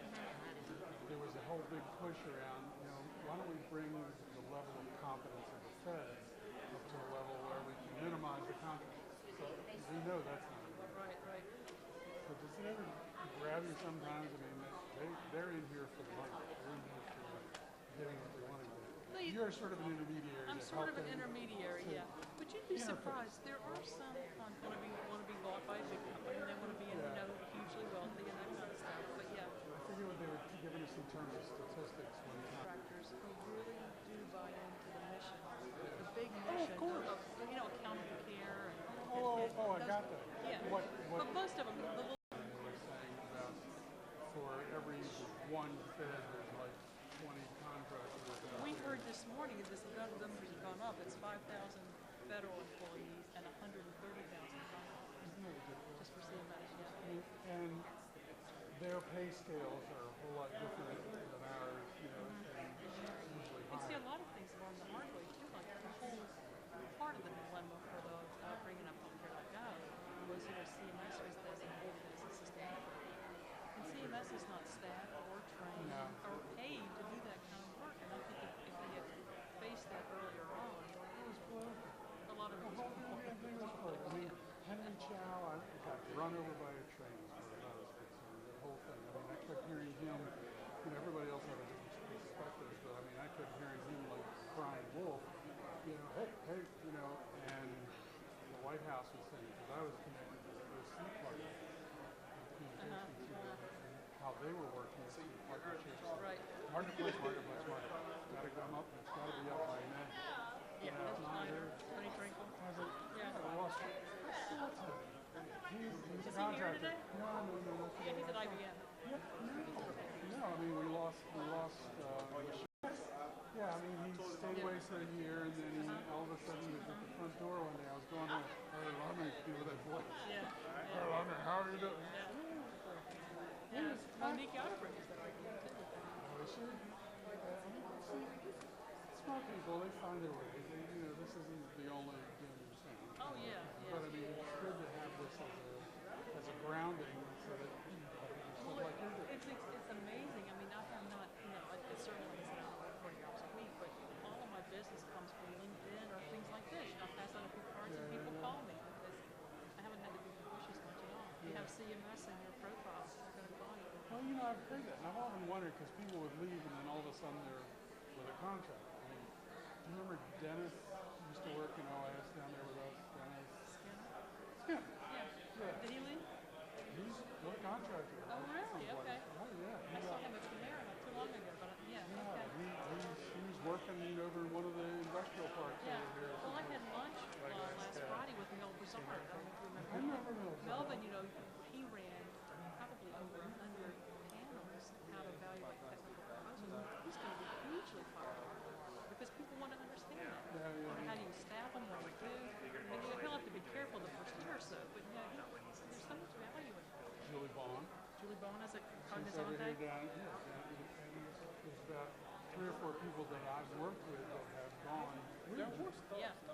Anita Griner, this Brian guy named Brian Paul. Yeah, he was one of my managers. In fact, that's why I was asking you about architectural strategy.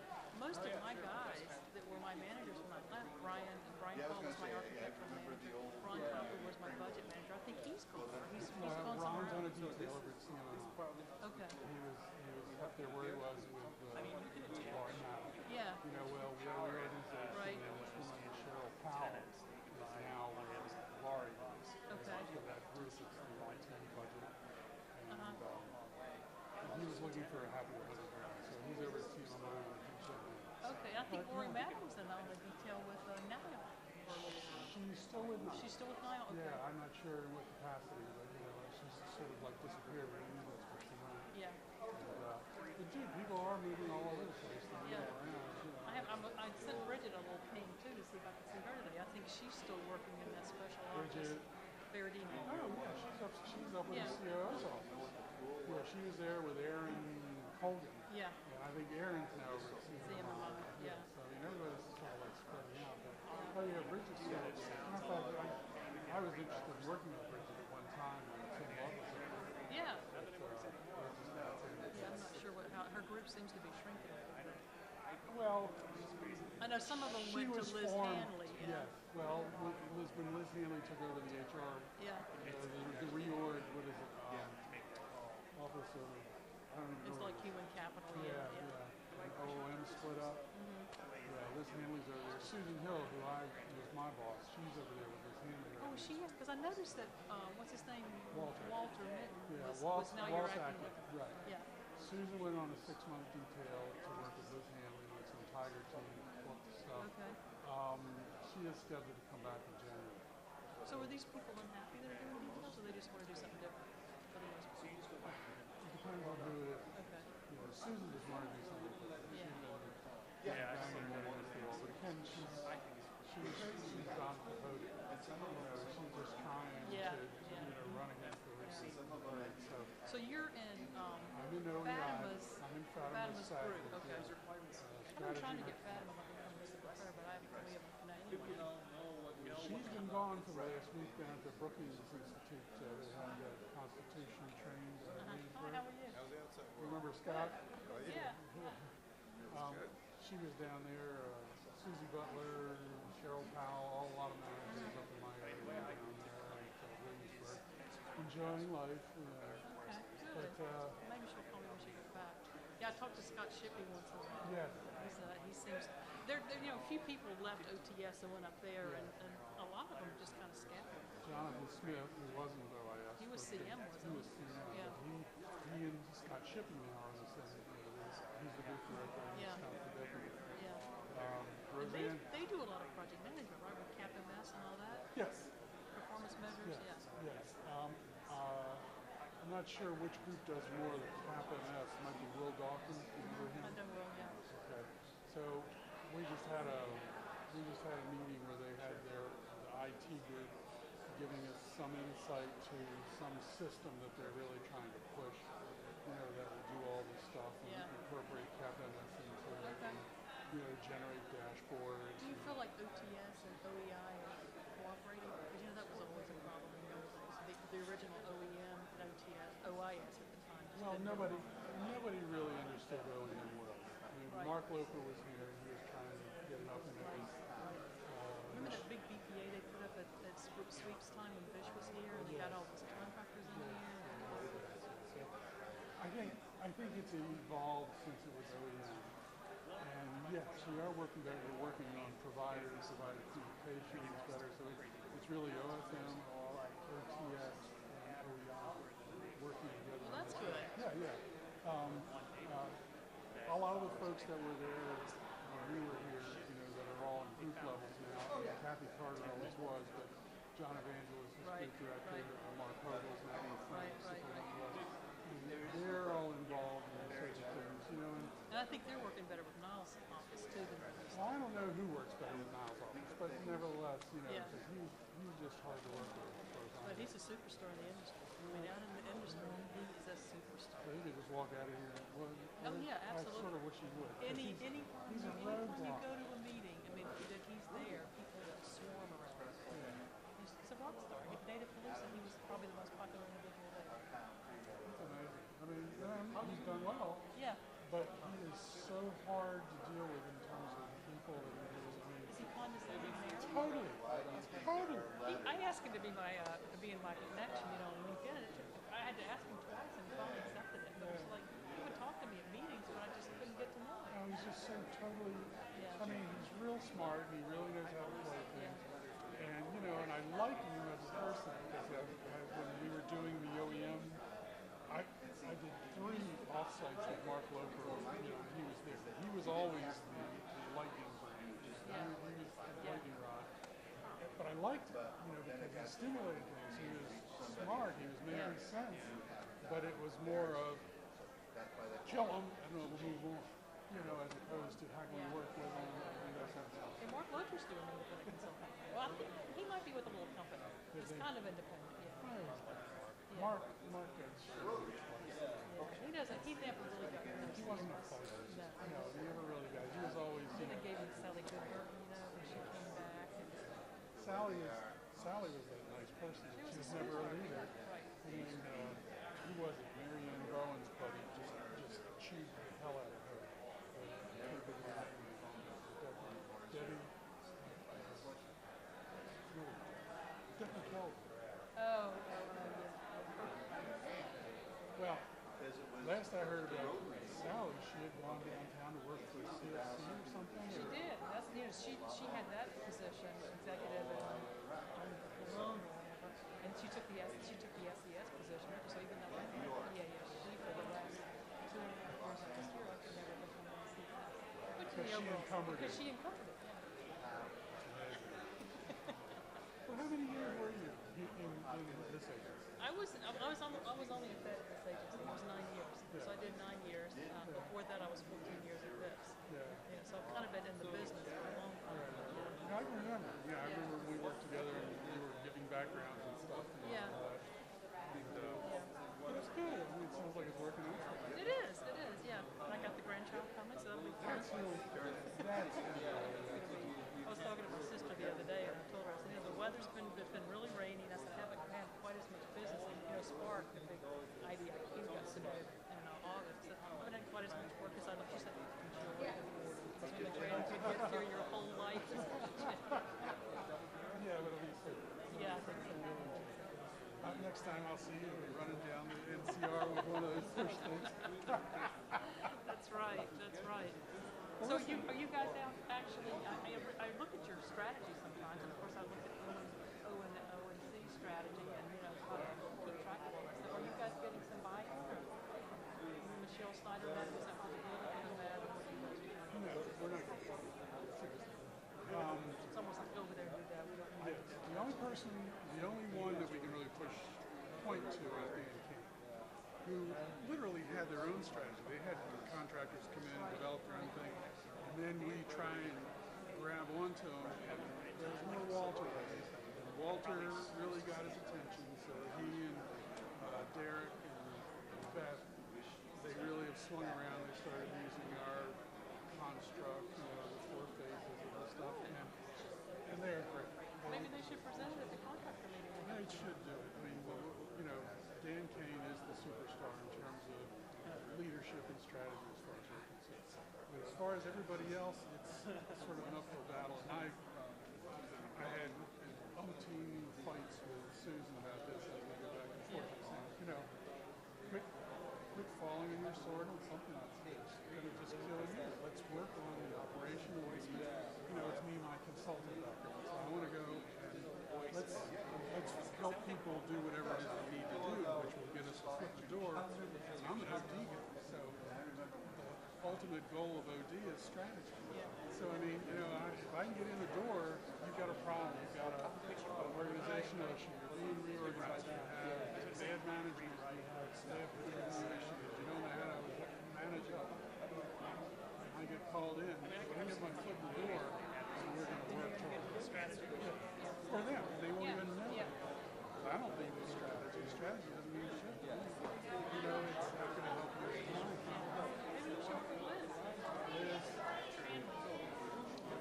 I don't know much about it. I would bet you she's being tasked to come up with ways to draw parallels and combine offices and combine organizations. Because they've always wanted to do that kind of stuff, and they're so set in their ways. Maybe that's what Susan's doing. Maybe. I wondered if she was doing that. Okay, good. Yeah, like I said, if there's, when you're in town, you want to see a chat, or if there's something I can... Well, sometimes maybe I'll either let him go out there or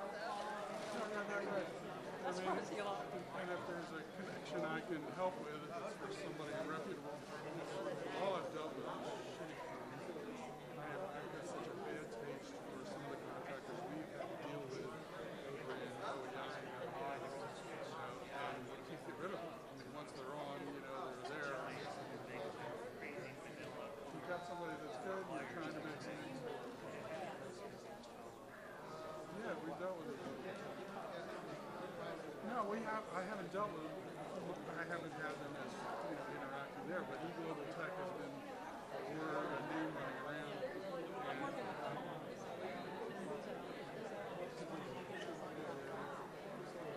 There's times when I look back 15 years, and I had an opportunity to go work with Liz Allen over at Clarkland. I was over at FDA, and Liz Allen had a site right there, and I started getting really close. But it was also the time I was raising my son, and having travel and all this stuff. I did too. Who are the people you working with in eGlobal?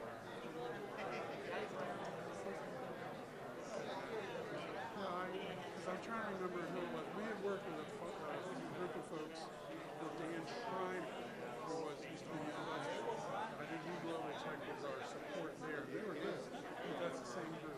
I'll have to ask Walt. He was good.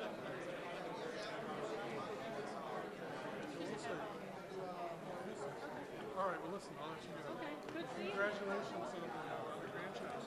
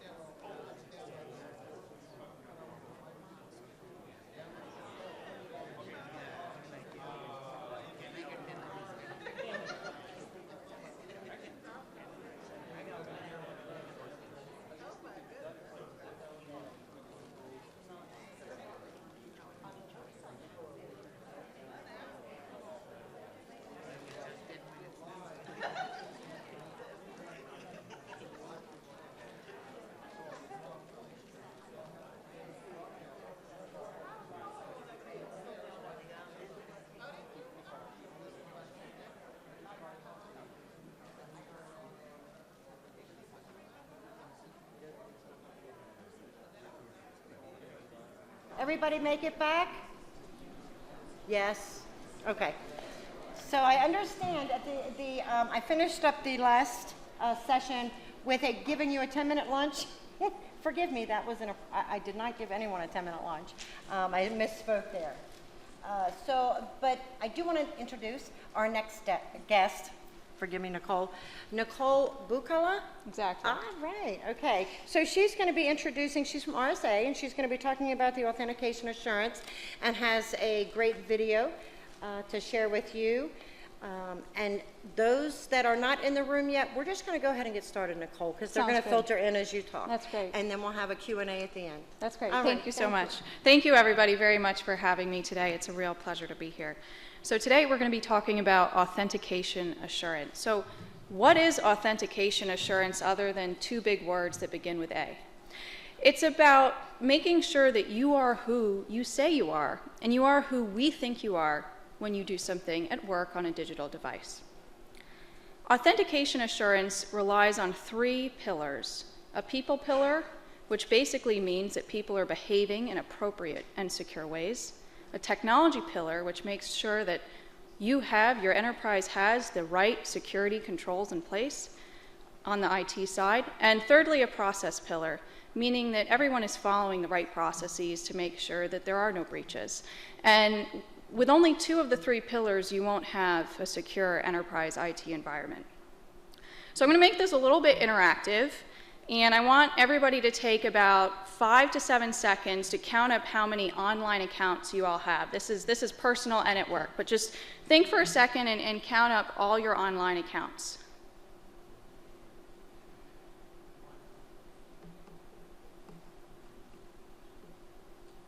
All right, then I'm going to need some volunteers to volunteer how many online accounts they have. So, someone tell me. Yes, please. 40. Okay, that's not bad. Can anyone top 40? You in the back? Oh, you can't top 40. Well, how many do you have? 20. Okay. Can anyone top 40? You have 40 too? Okay. You have 40? Some more volunteers. Come on. How many online accounts do you guys have? Who doesn't know how many online accounts they have? I have no idea. I have no idea. Okay, everybody put your hand up if you have no idea. How many, put your hand down if you don't use the same password more than once. Yeah, keep that hand back up there, right? Has anybody heard about these websites that tell you to put your passwords in them so they're easier for you to remember? Yeah, really bad idea, right? Because that really defeats the purpose of having a secure password. So we already all know now we have too many online accounts. You know, we probably aren't picking the safest passwords, the strongest passwords. Maybe we're recycling passwords. Maybe we're not storing them properly. And with that, I'd like to play a funny video here. If we could cue up the video, please, that shows you just how vulnerable people are to divulging their passwords. Got a little Jimmy Kimmel at lunchtime, so. You know, we've been hearing a lot about cybersecurity lately, largely because of what happened to Sony. Companies and individuals are more concerned about the safety and privacy of their information than ever. President Obama has unveiled a number of new proposals this week to crack down on hackers, and he plans to address this in the State of the Union speech on Tuesday. And it's great that the government is working on this, but the truth of the matter is we need to do a better job of protecting ourselves. You know, the most popular password in the United States is password 123. And as long as that's the case, we're vulnerable. So today we sent a camera out on Hollywood Boulevard to help people by asking them to tell us their password. And this is how that went. We're talking about cybersecurity today and how safe people's passwords are. What is one of your online passwords currently? It is my dog's name and the year I graduated from high school. Oh, what kind of dog do you have? I have a Chihuahua Papillon. And what's its name? Jameson. Jameson. And where did you go to school? I went to school back in Greensburg, Pennsylvania. What school? Hempfield Area Senior High School. Oh, when did you graduate? In 2009. Oh, great. It's like my cat's name and then just like a random number. Okay. And so you had this cat for a while? Yeah, she's my childhood pet. Aw. And what's her name? Her name is Jolie. Jolie. So like a password of yours would be Jolie and then a number. Yeah. Like number 1? Like my birthday. Oh, when is your birthday? June 12th. Oh, nice. And what year were you born? 95. Oh, great. So Jolie, 6/12/95. Yes. Got it. You need to give my password right now? No, I cannot do that. but we all want to know what it is so we can tell you if it's strong or not. Oh my goodness. Let me think. Okay, one is Tel Aviv. Yeah. 468, and then Israel. It's only 3, but it's, you know, it's for me it's strong enough. Ireland, 1, 2, 3, 4. Gemma, 1, 2, 3. Spelled Gemma. Most of them are Italian. Oh, beautiful. Yeah. So like what's a good Italian password? My grandma's name. What's your grandma's name? Maria. Maria. So Maria is your password? Oh yeah, now you know my password. Oh yeah. Yeah. Well, the important thing is they learn thank you. terrible lesson. I was going to play that game with all of you, but I didn't want to do that to you at lunchtime, so.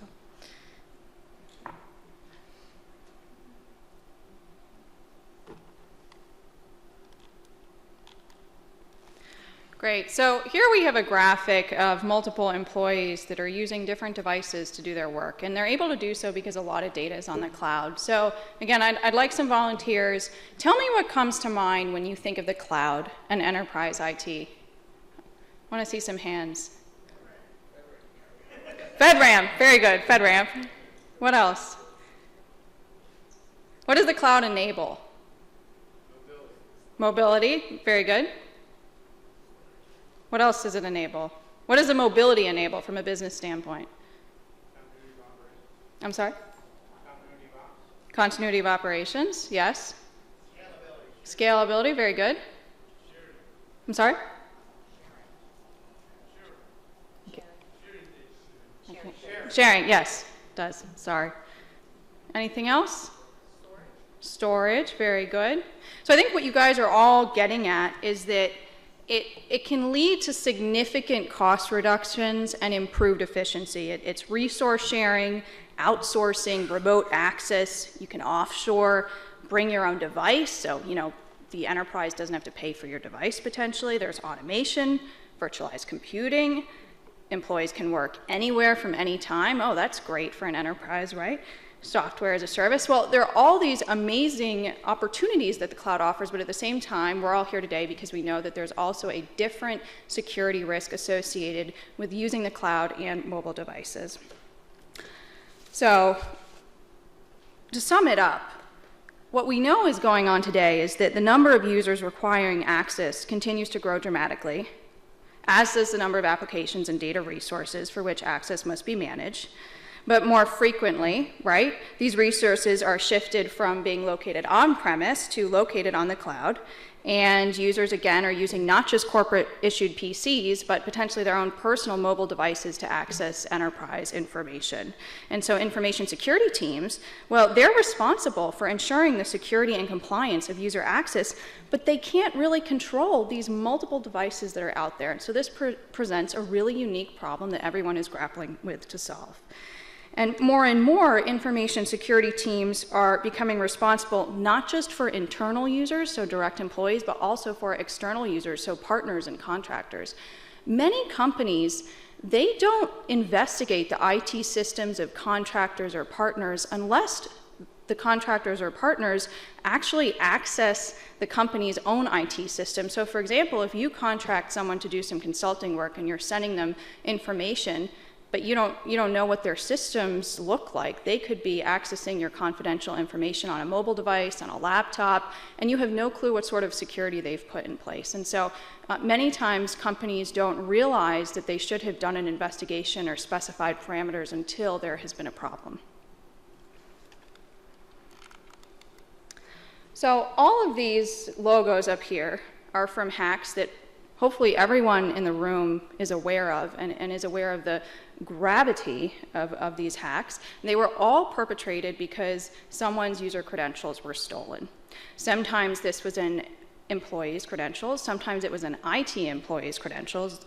Those individuals are particularly at risk for being targeted, and sometimes they were contractors. So for federal employees, we're aware of the CAC-PIV solution, and again, that works for federal employees, and sometimes it does work for contractors as well. But contributors to the federal mission go beyond employees and contractors. There are partners you work with on the state and local level. There are other federal agencies. There are researchers. There are potentially even non-U.S. government personnel. And people are located around the globe. And so as the U.S. government, I heard, FedRAMP was the first word that someone says. As the U.S. government looks to push so much of its data to the cloud, it needs to at the same time be able to make sure that people are who they say they are when they go to access these solutions. So here we are with the biometrics. Now, how many people in this room use the biometric thumbprint on their iPhones? So not that many, actually, not that many. So just to give us some statistics here, I don't know why my screen just went out. Give us some statistics here. Gartner predicts that by 2016, 30% of organizations will use biometric authentication on mobile devices, which is up from 5% today. Another firm predicts that by the end of 2015, there will be 619 million people using biometrics on their mobile device. But biometrics are not a panacea. I think we all just read about how a number of fingerprints were stolen through the OPM breach. And, if you think about what biometrics aren't just fingerprints. They're palm prints, they're voice clips, facial photographs, iris scans. That's a lot of detailed information on you as an individual. I mean, how comfortable, would all of you be if I had copies of all your fingerprints, all your palm prints, all your iris scans? Probably not that comfortable, right? So the problem is, once you collect this biometric data, which essentially acts as another form of authentication, it's stored somewhere, and it's stored in bulk, it's stored in different places. We don't necessarily know who has access to this. It could be employees in a public institution, it could be employees in a private institution. And when it's stored around the globe and many people can access it, it opens the way for an insider threat. And beyond that, here's a funny story, and this is hopefully not how your biometric information would be stolen if it were, but I have a friend who had a 5-year-old son who loved to play with his iPhone, but my friend, the father, had a very strict rule that he couldn't play it in the morning before school.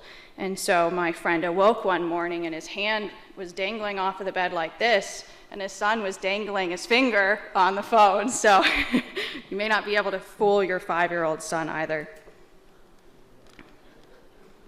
You think that's funny, right? Yeah, it is funny. All right, so what are some solutions to this problem? Well, one solution is that you don't just have one password. We all have too many passwords already, so that sounds a little bit mind-boggling to have a second password. Well, but there are easy solutions to this, right? So if you log in from a different place, if you log in from a different device, if you log in from a different network, maybe you get a different prompt, right? A prompt for some additional information. And there are a number of devices that you can load. They come in hardware form, they come in software form that can pop out a PIN, for example, for one-time use. Or it might be coupled with biometric authentication. One of the really important things here, though, is to also track people's accesses. So you may have an employee join an organization who's given certain accesses, right? And then that employee moves on to another role. And sometimes some of the biggest threats occur when that employee's access isn't restricted or it isn't expanded, and then they can't do their job properly. So at the same time that an enterprise might want to institute two-factor authentication, single sign-on, some of these other tools to adapt to the mobile and cloud environment, they also must make sure that employees' accesses are being tracked as they move around the organization and that they're terminated right when that person leaves. So in this section here, what this graphic is showing is basically when someone goes to log in, what are the variables that one of these solutions might look at to make sure that person is who that person says they are and who we think they are. Look at that person's role, they look at what they're using, they look at that device, they look at what network they're using. Is it the corporate network? Is it their home network? Is it some hotel network in a foreign country? And they look at what time of day it is as well. This is all kind of mapping to understand whether this is normal behavior for that user or not. If something risky is detected, that's an opportunity for one of these additional authentication assurance measures to come in. So whether it's a second password, a PIN, a biometric, and that way we can make sure that the person really is who they say they are. It's very unlikely that if someone were to steal your password, they would be in the same place as you at the same time. And so that is a concept upon which many of these technologies are based. So we have some recommendations here for you as you're thinking about how to secure your environment. So one of the problems with the hacks that have happened to date is that a lot of the credentials are hosted in a place that's very easy to take them. So a server that's not well protected, for example. And so, one solution is, well, can we better protect where these credentials are stored? Another solution is actually to stop storing them in such a place and push them out to devices. What that depends on is obviously that people have multiple devices and they are accessing the cloud through them. But if you can reduce the importance of credentials on the server, then that isn't really such a nice target anymore for hackers. Also, make it more difficult for hackers to impersonate real users. So if you use two-factor authentication of a variety of forms, I think we're all aware of security questions that we're prompted with when we log into our online bank accounts. And sometimes there are questions like, what street did you grow up on? What's your mother's maiden name? This information actually is pretty easily accessible. And so we need more than just that. An organization needs multiple different solutions to provide this sort of authentication assurance. So as we establish a stronger trust relation with devices from which all users actually access sites and services, what resonates with these approaches with me is that we can trust the device. So it's all about trusting that device. And so the end state of this strategy, again, to recap, is less data on the server, which in turn reduces the importance of those user credentials. And so it's a lot harder for a hacker to get their hands on all of these devices than it is to get their hands on that server and all the credentials stored there. One of the unintended consequences here, obviously, is that now your device could be more highly targeted. Someone could steal it, sure. People usually realize pretty quickly when they're missing their laptop, their bag is quite light, or when they're missing their cell phone. They've shown that the average person can't go beyond 2 minutes without checking their phone. So we don't have to worry too much about that. However, what are some ways that a device could be targeted? What are some ways that we could harvest credentials from a device? We need to think these things through because that can lead us to protective solutions. So one is to kind of lock down that device. And one way of doing that is to provide a protected environment that runs in parallel to the standard operating system. So this protects the sensitive data, it secures sensitive operations on such data by creating what's called a hardware root of trust or a hardware anchor. And we're already seeing this used by Apple, by Microsoft, by Samsung, by Google, and other device makers, and so that's great. And essentially what we are hoping happens is that all of these manufacturers move towards a mobile hardware security module. Again, so if you issue your employees a device or if you tell them that they can use their own device, you want to make sure that that device has the proper security hardware on it. So with that concludes my very brief presentation. I know we started late, and so I've condensed it a bit so everybody can get off to lunch, but I would like to invite my colleague Mike Whippich up, and I'd like to take any of your questions on authentication assurance and some of the solutions that are out there today.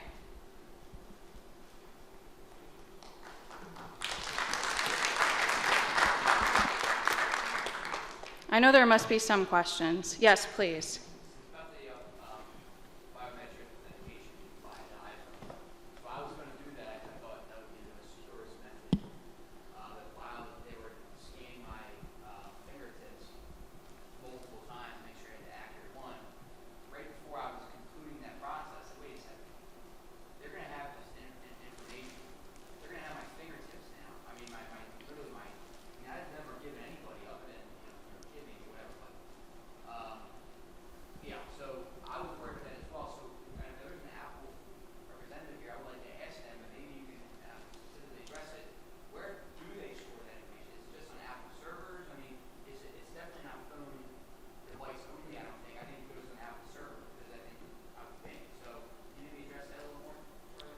Is the Apple representative in this room?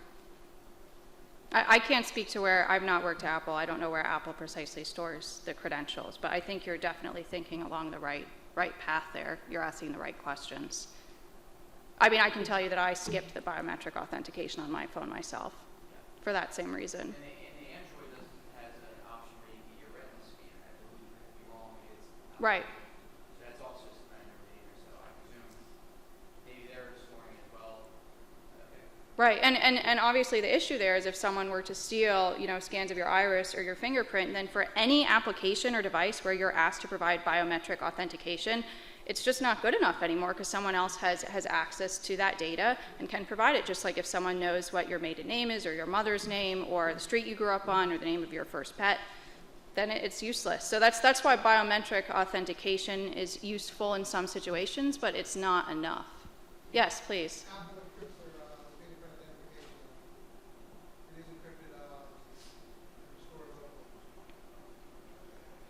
Yeah, I would expect it would be encrypted. I'm sorry, did you say that you know where it's stored? It's stored locally. It's stored locally. Okay, so there you go.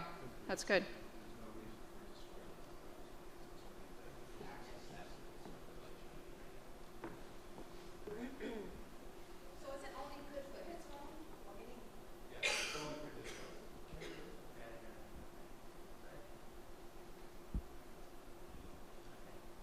All right, come on, we need another question. Yes, please. So CMS's direction in the enterprise identity management system and the two-factor authentication initiative that rolled out, right? That goes up. And the whole concept of AWS two-factor as a service direction is 15%. RSA is key implementer of solutions for CMS. What do you see some of the strategic direction? Yeah, I mean, like you talked about before about the biometrics, I think my comment to that is that you need to offer a lot of options, and we do need to do defense in depth, right? So biometrics may work, like you said, for certain situations, but to your point, we really need to take a look at things from the identity side, right? Identity is such a crucial aspect of the security footprint, right? When you're moving from from the on-prem to the cloud, we've got to take into consideration different options that are available for how we secure those. So alone, the things like Secure ID alone is not even enough, right? We want to be able to do that two-factor and then also tie in the biometrics, tie in the password, sending a password. So there's a lot of different options. Please. Again. You're looking more to contractors and their internal networks and the threat of, well, you don't really know what's out there, right? What is your feeling on the direction of assessing those contractors? Assessing those contractors. So for example, one tactic we use is we stipulate that if a contractor is to access any of our information from a mobile device, then the mobile device must have certain security protocols. And that way we essentially put the contractor on par with the employees as far as their mobile access. But that is stipulated in the contract. We have the right to audit. And this is something that has been very useful, and other organizations may wish to do something like that as well. That's just one tactic. There are many things that you could put in a contract and subject to audit to make sure that that contractor is following what they're supposed to do. Now, the other thing to consider is that necessary for every contractor? And the answer to that depends upon applying a risk assessment framework to understand what sort of work that contractor is doing for you. So if that contractor is handling very sensitive information, the crown jewels, then you might want to apply more rigorous stipulations in your contract. If that contractor is not really ever receiving any confidential information, but rather supplying you with a service that doesn't rely on the receipt of information, then you may have a different solution. And I think the key is to do that internal assessment for each and every contractor. I agree it might be difficult, and so one thing you could do there is, if you have a lot of contractors, is segment them into profiles, and that can quickly streamline what sort of T's and C's you're going to put in your contract with that person or entity.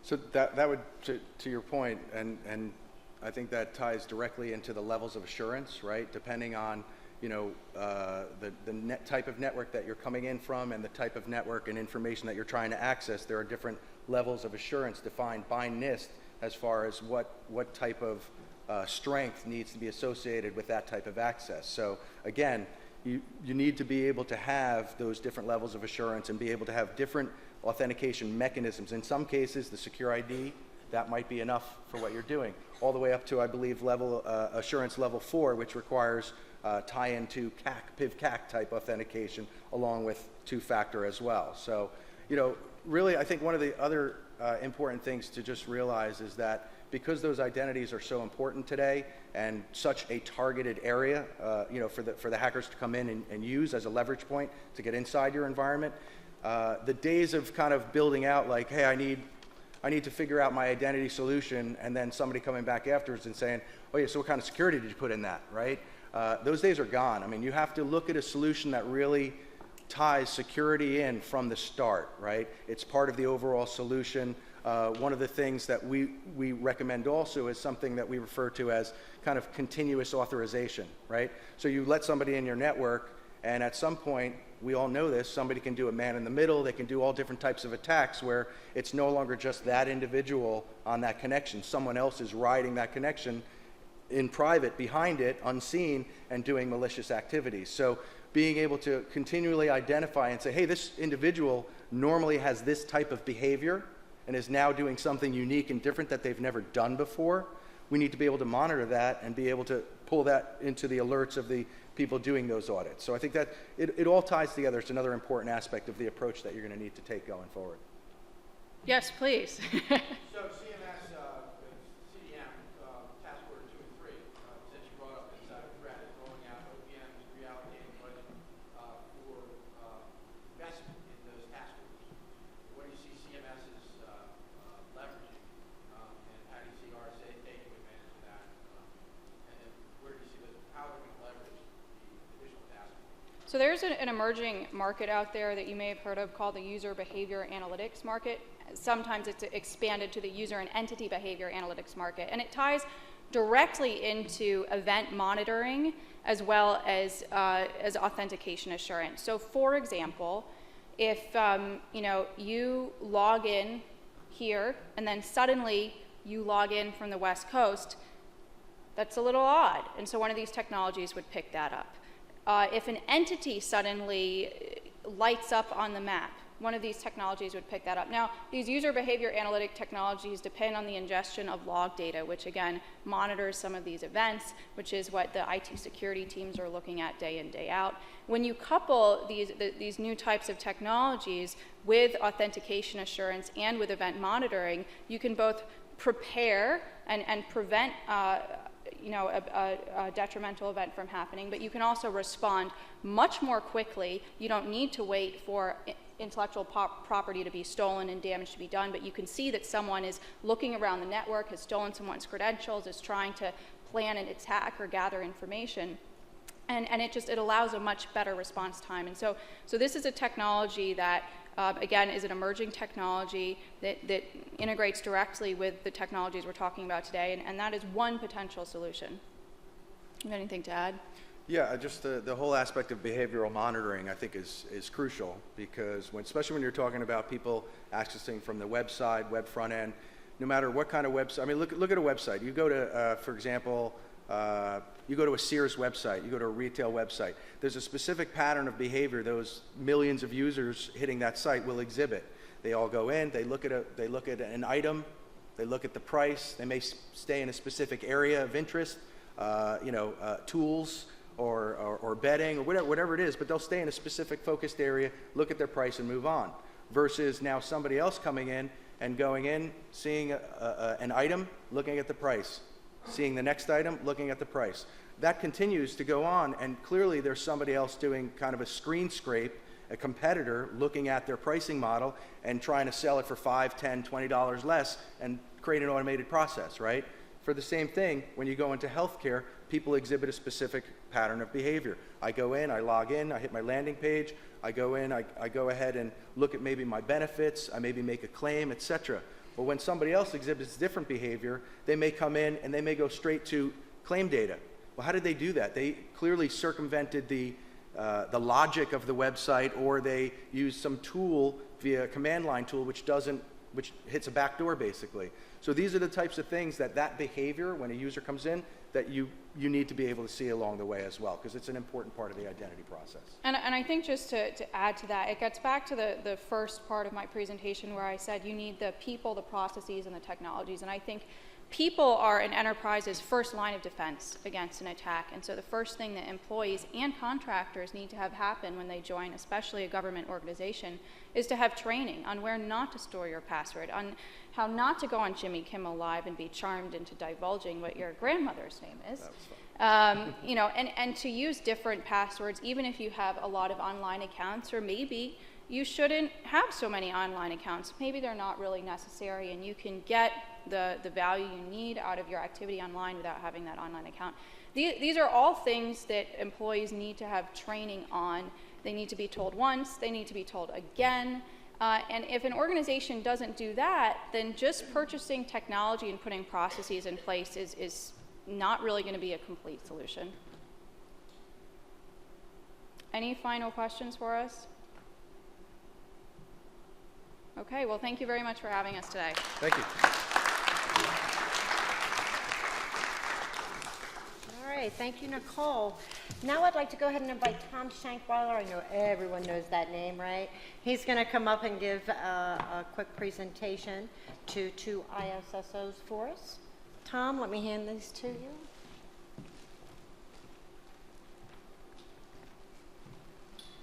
Hopefully they're here.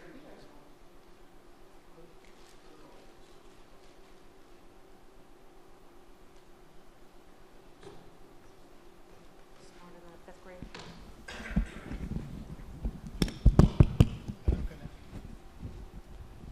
Okay.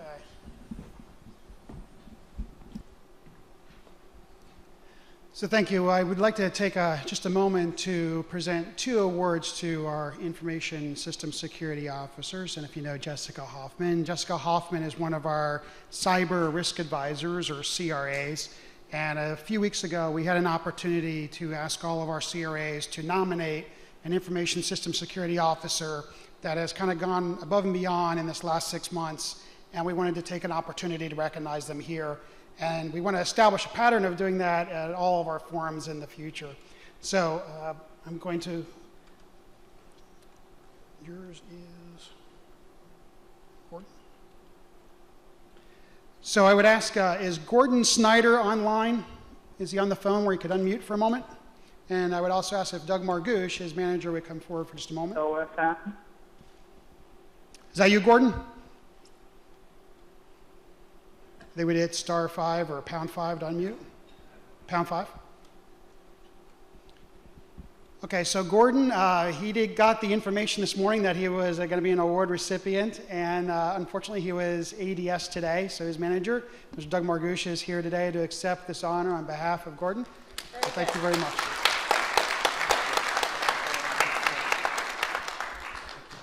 And Desmond, would you mind coming up, please?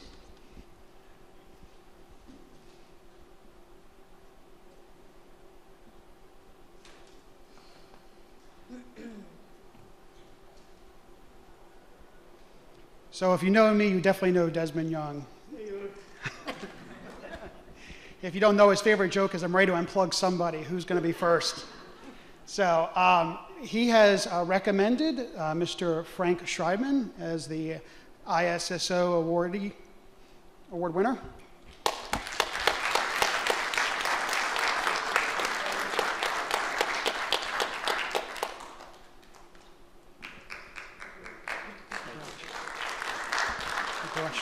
And so we thank you for serving us in those ways. As we were talking about the authentication, I'm going to steal 60 seconds as I had agreed to do. We just got done talking about authentication and strong authentication. And as you're aware, as it was pointed out earlier, CMS is undergoing a reanalysis of how we're doing authentication across all of our FISMA systems. And we've been talking about having a new module be available inside of the Archer platform, which is branded as CFAX 2.0. The meeting that we have, it's a bi-weekly meeting, but the meeting that we have coming up this next Monday, which is, I don't know, what's the date? It's coming up here in a couple days. That date was going to be our launch for this new module in CFAX 2. and we'll have about 30 days for the ISSOs to go in and populate that information. And it's going to be the first time that we really get to a granular place that we are not just saying, do you do strong authentication or not, and are you acceptable with your LOA level? We are going to actually really dive into the nuts and bolts of exactly how your authentication is set up on a FISMA system or per FISMA system. And through that, we're going to be able to do some really in-depth kind of analytics on that. And I believe at the end of the day, we're going to actually strengthen our security posture in a very significant way. And that is all based upon the ISSO's participation and our CRAs helping to guide that activity. So we look forward to that. And for the ISSOs on the phone, we appreciate you coming to that meeting and participating in that exercise for the 30 days. And I see we have one question in the room. Next Monday's a holiday. Okay, so we'll have to probably reschedule that one, but thank you for pointing that out. We'll get that one rescheduled to a day that's a little bit more. It's Columbus Day. That's right, it is a government holiday, although my kids are in school, so yay. All right. All right, so we're going to turn this now for our final comments over to our Deputy CISO. Yes. I want to introduce Bo Hauser. I'm sure everyone's familiar with that name, who's the Deputy CISO and Deputy Group Director for the ISPG Group. Thanks, Jackie. Take it away, Phil. I appreciate it, and this was another successful conference here, and I really appreciate that. And it's a really exciting time to be in cybersecurity. You know, we have a lot of limelight on us right now, and it's scary on one hand, exciting on the other, but it definitely keeps us busy. So we try to use the CISO forum here to raise awareness of some of the current topics that we see in cybersecurity, some of the challenges that we face. And I think our presenters really did a great job at doing that for us. And you know, we want to raise your awareness, and we also want to raise the bar on protecting the data that's under our charge. And it's a significant amount of data. So, you know, most of the talks focused around information, protecting information, obviously. And so now the experts are saying that information is the new currency. You know, so if you look at it from that perspective, you know, nowhere is that more apparent than on the internet. So people really seek out the information of each and every one of us, and also organizations that maintain information. So it's an apparent atmosphere that we're all, you know, subject to dealing with this whole interconnected world that we live in. So internet companies, legitimate internet companies, they now offer all these valuable apps, and they're so helpful and they're so beneficial to each and every one of us, and they're all free.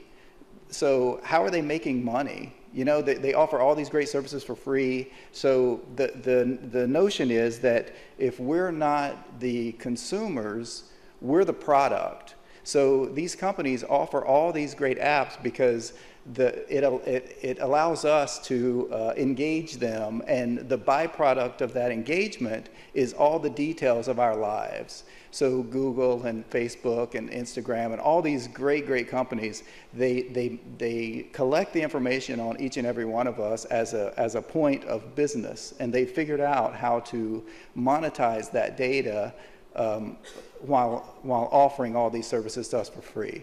So that's the environment that we're in these days. You know, these companies are actively seeking the details of our lives from us, and we're willing participants in these transactions. So it's just what we deal with here. So if you look at it from that perspective, and then you change your focus to CMS, we have information on over 100 million Americans, about a third of the population. So we're definitely targeted because of the information that we have here under our charge. And so it's each and every one of us have access to information systems that could be leveraged to get to that information. So it really falls on us to do everything we can to make sure that we're protecting that information that we've been entrusted with. So with that, you know, I want to thank Jackie and her team, Kim and Bill. They put on this CISO forum twice a year, and it's always great, a great forum and a lot of interaction. So great job for those guys. I want to thank the Federal Business Council. They're always a great partner here, and all the vendors that are out front as well. And then, of course, all of the contractors that we rely so heavily on to carry out the work of CMS. So the area out front is reserved until about 1:30, so we can mingle out there and talk and carry on the conversations. But with that, we'll close out the CISO forum. We look forward to your feedback too, if you have any feedback for making it better, or if you want to see any topics of interest. But thank you all for your attendance today.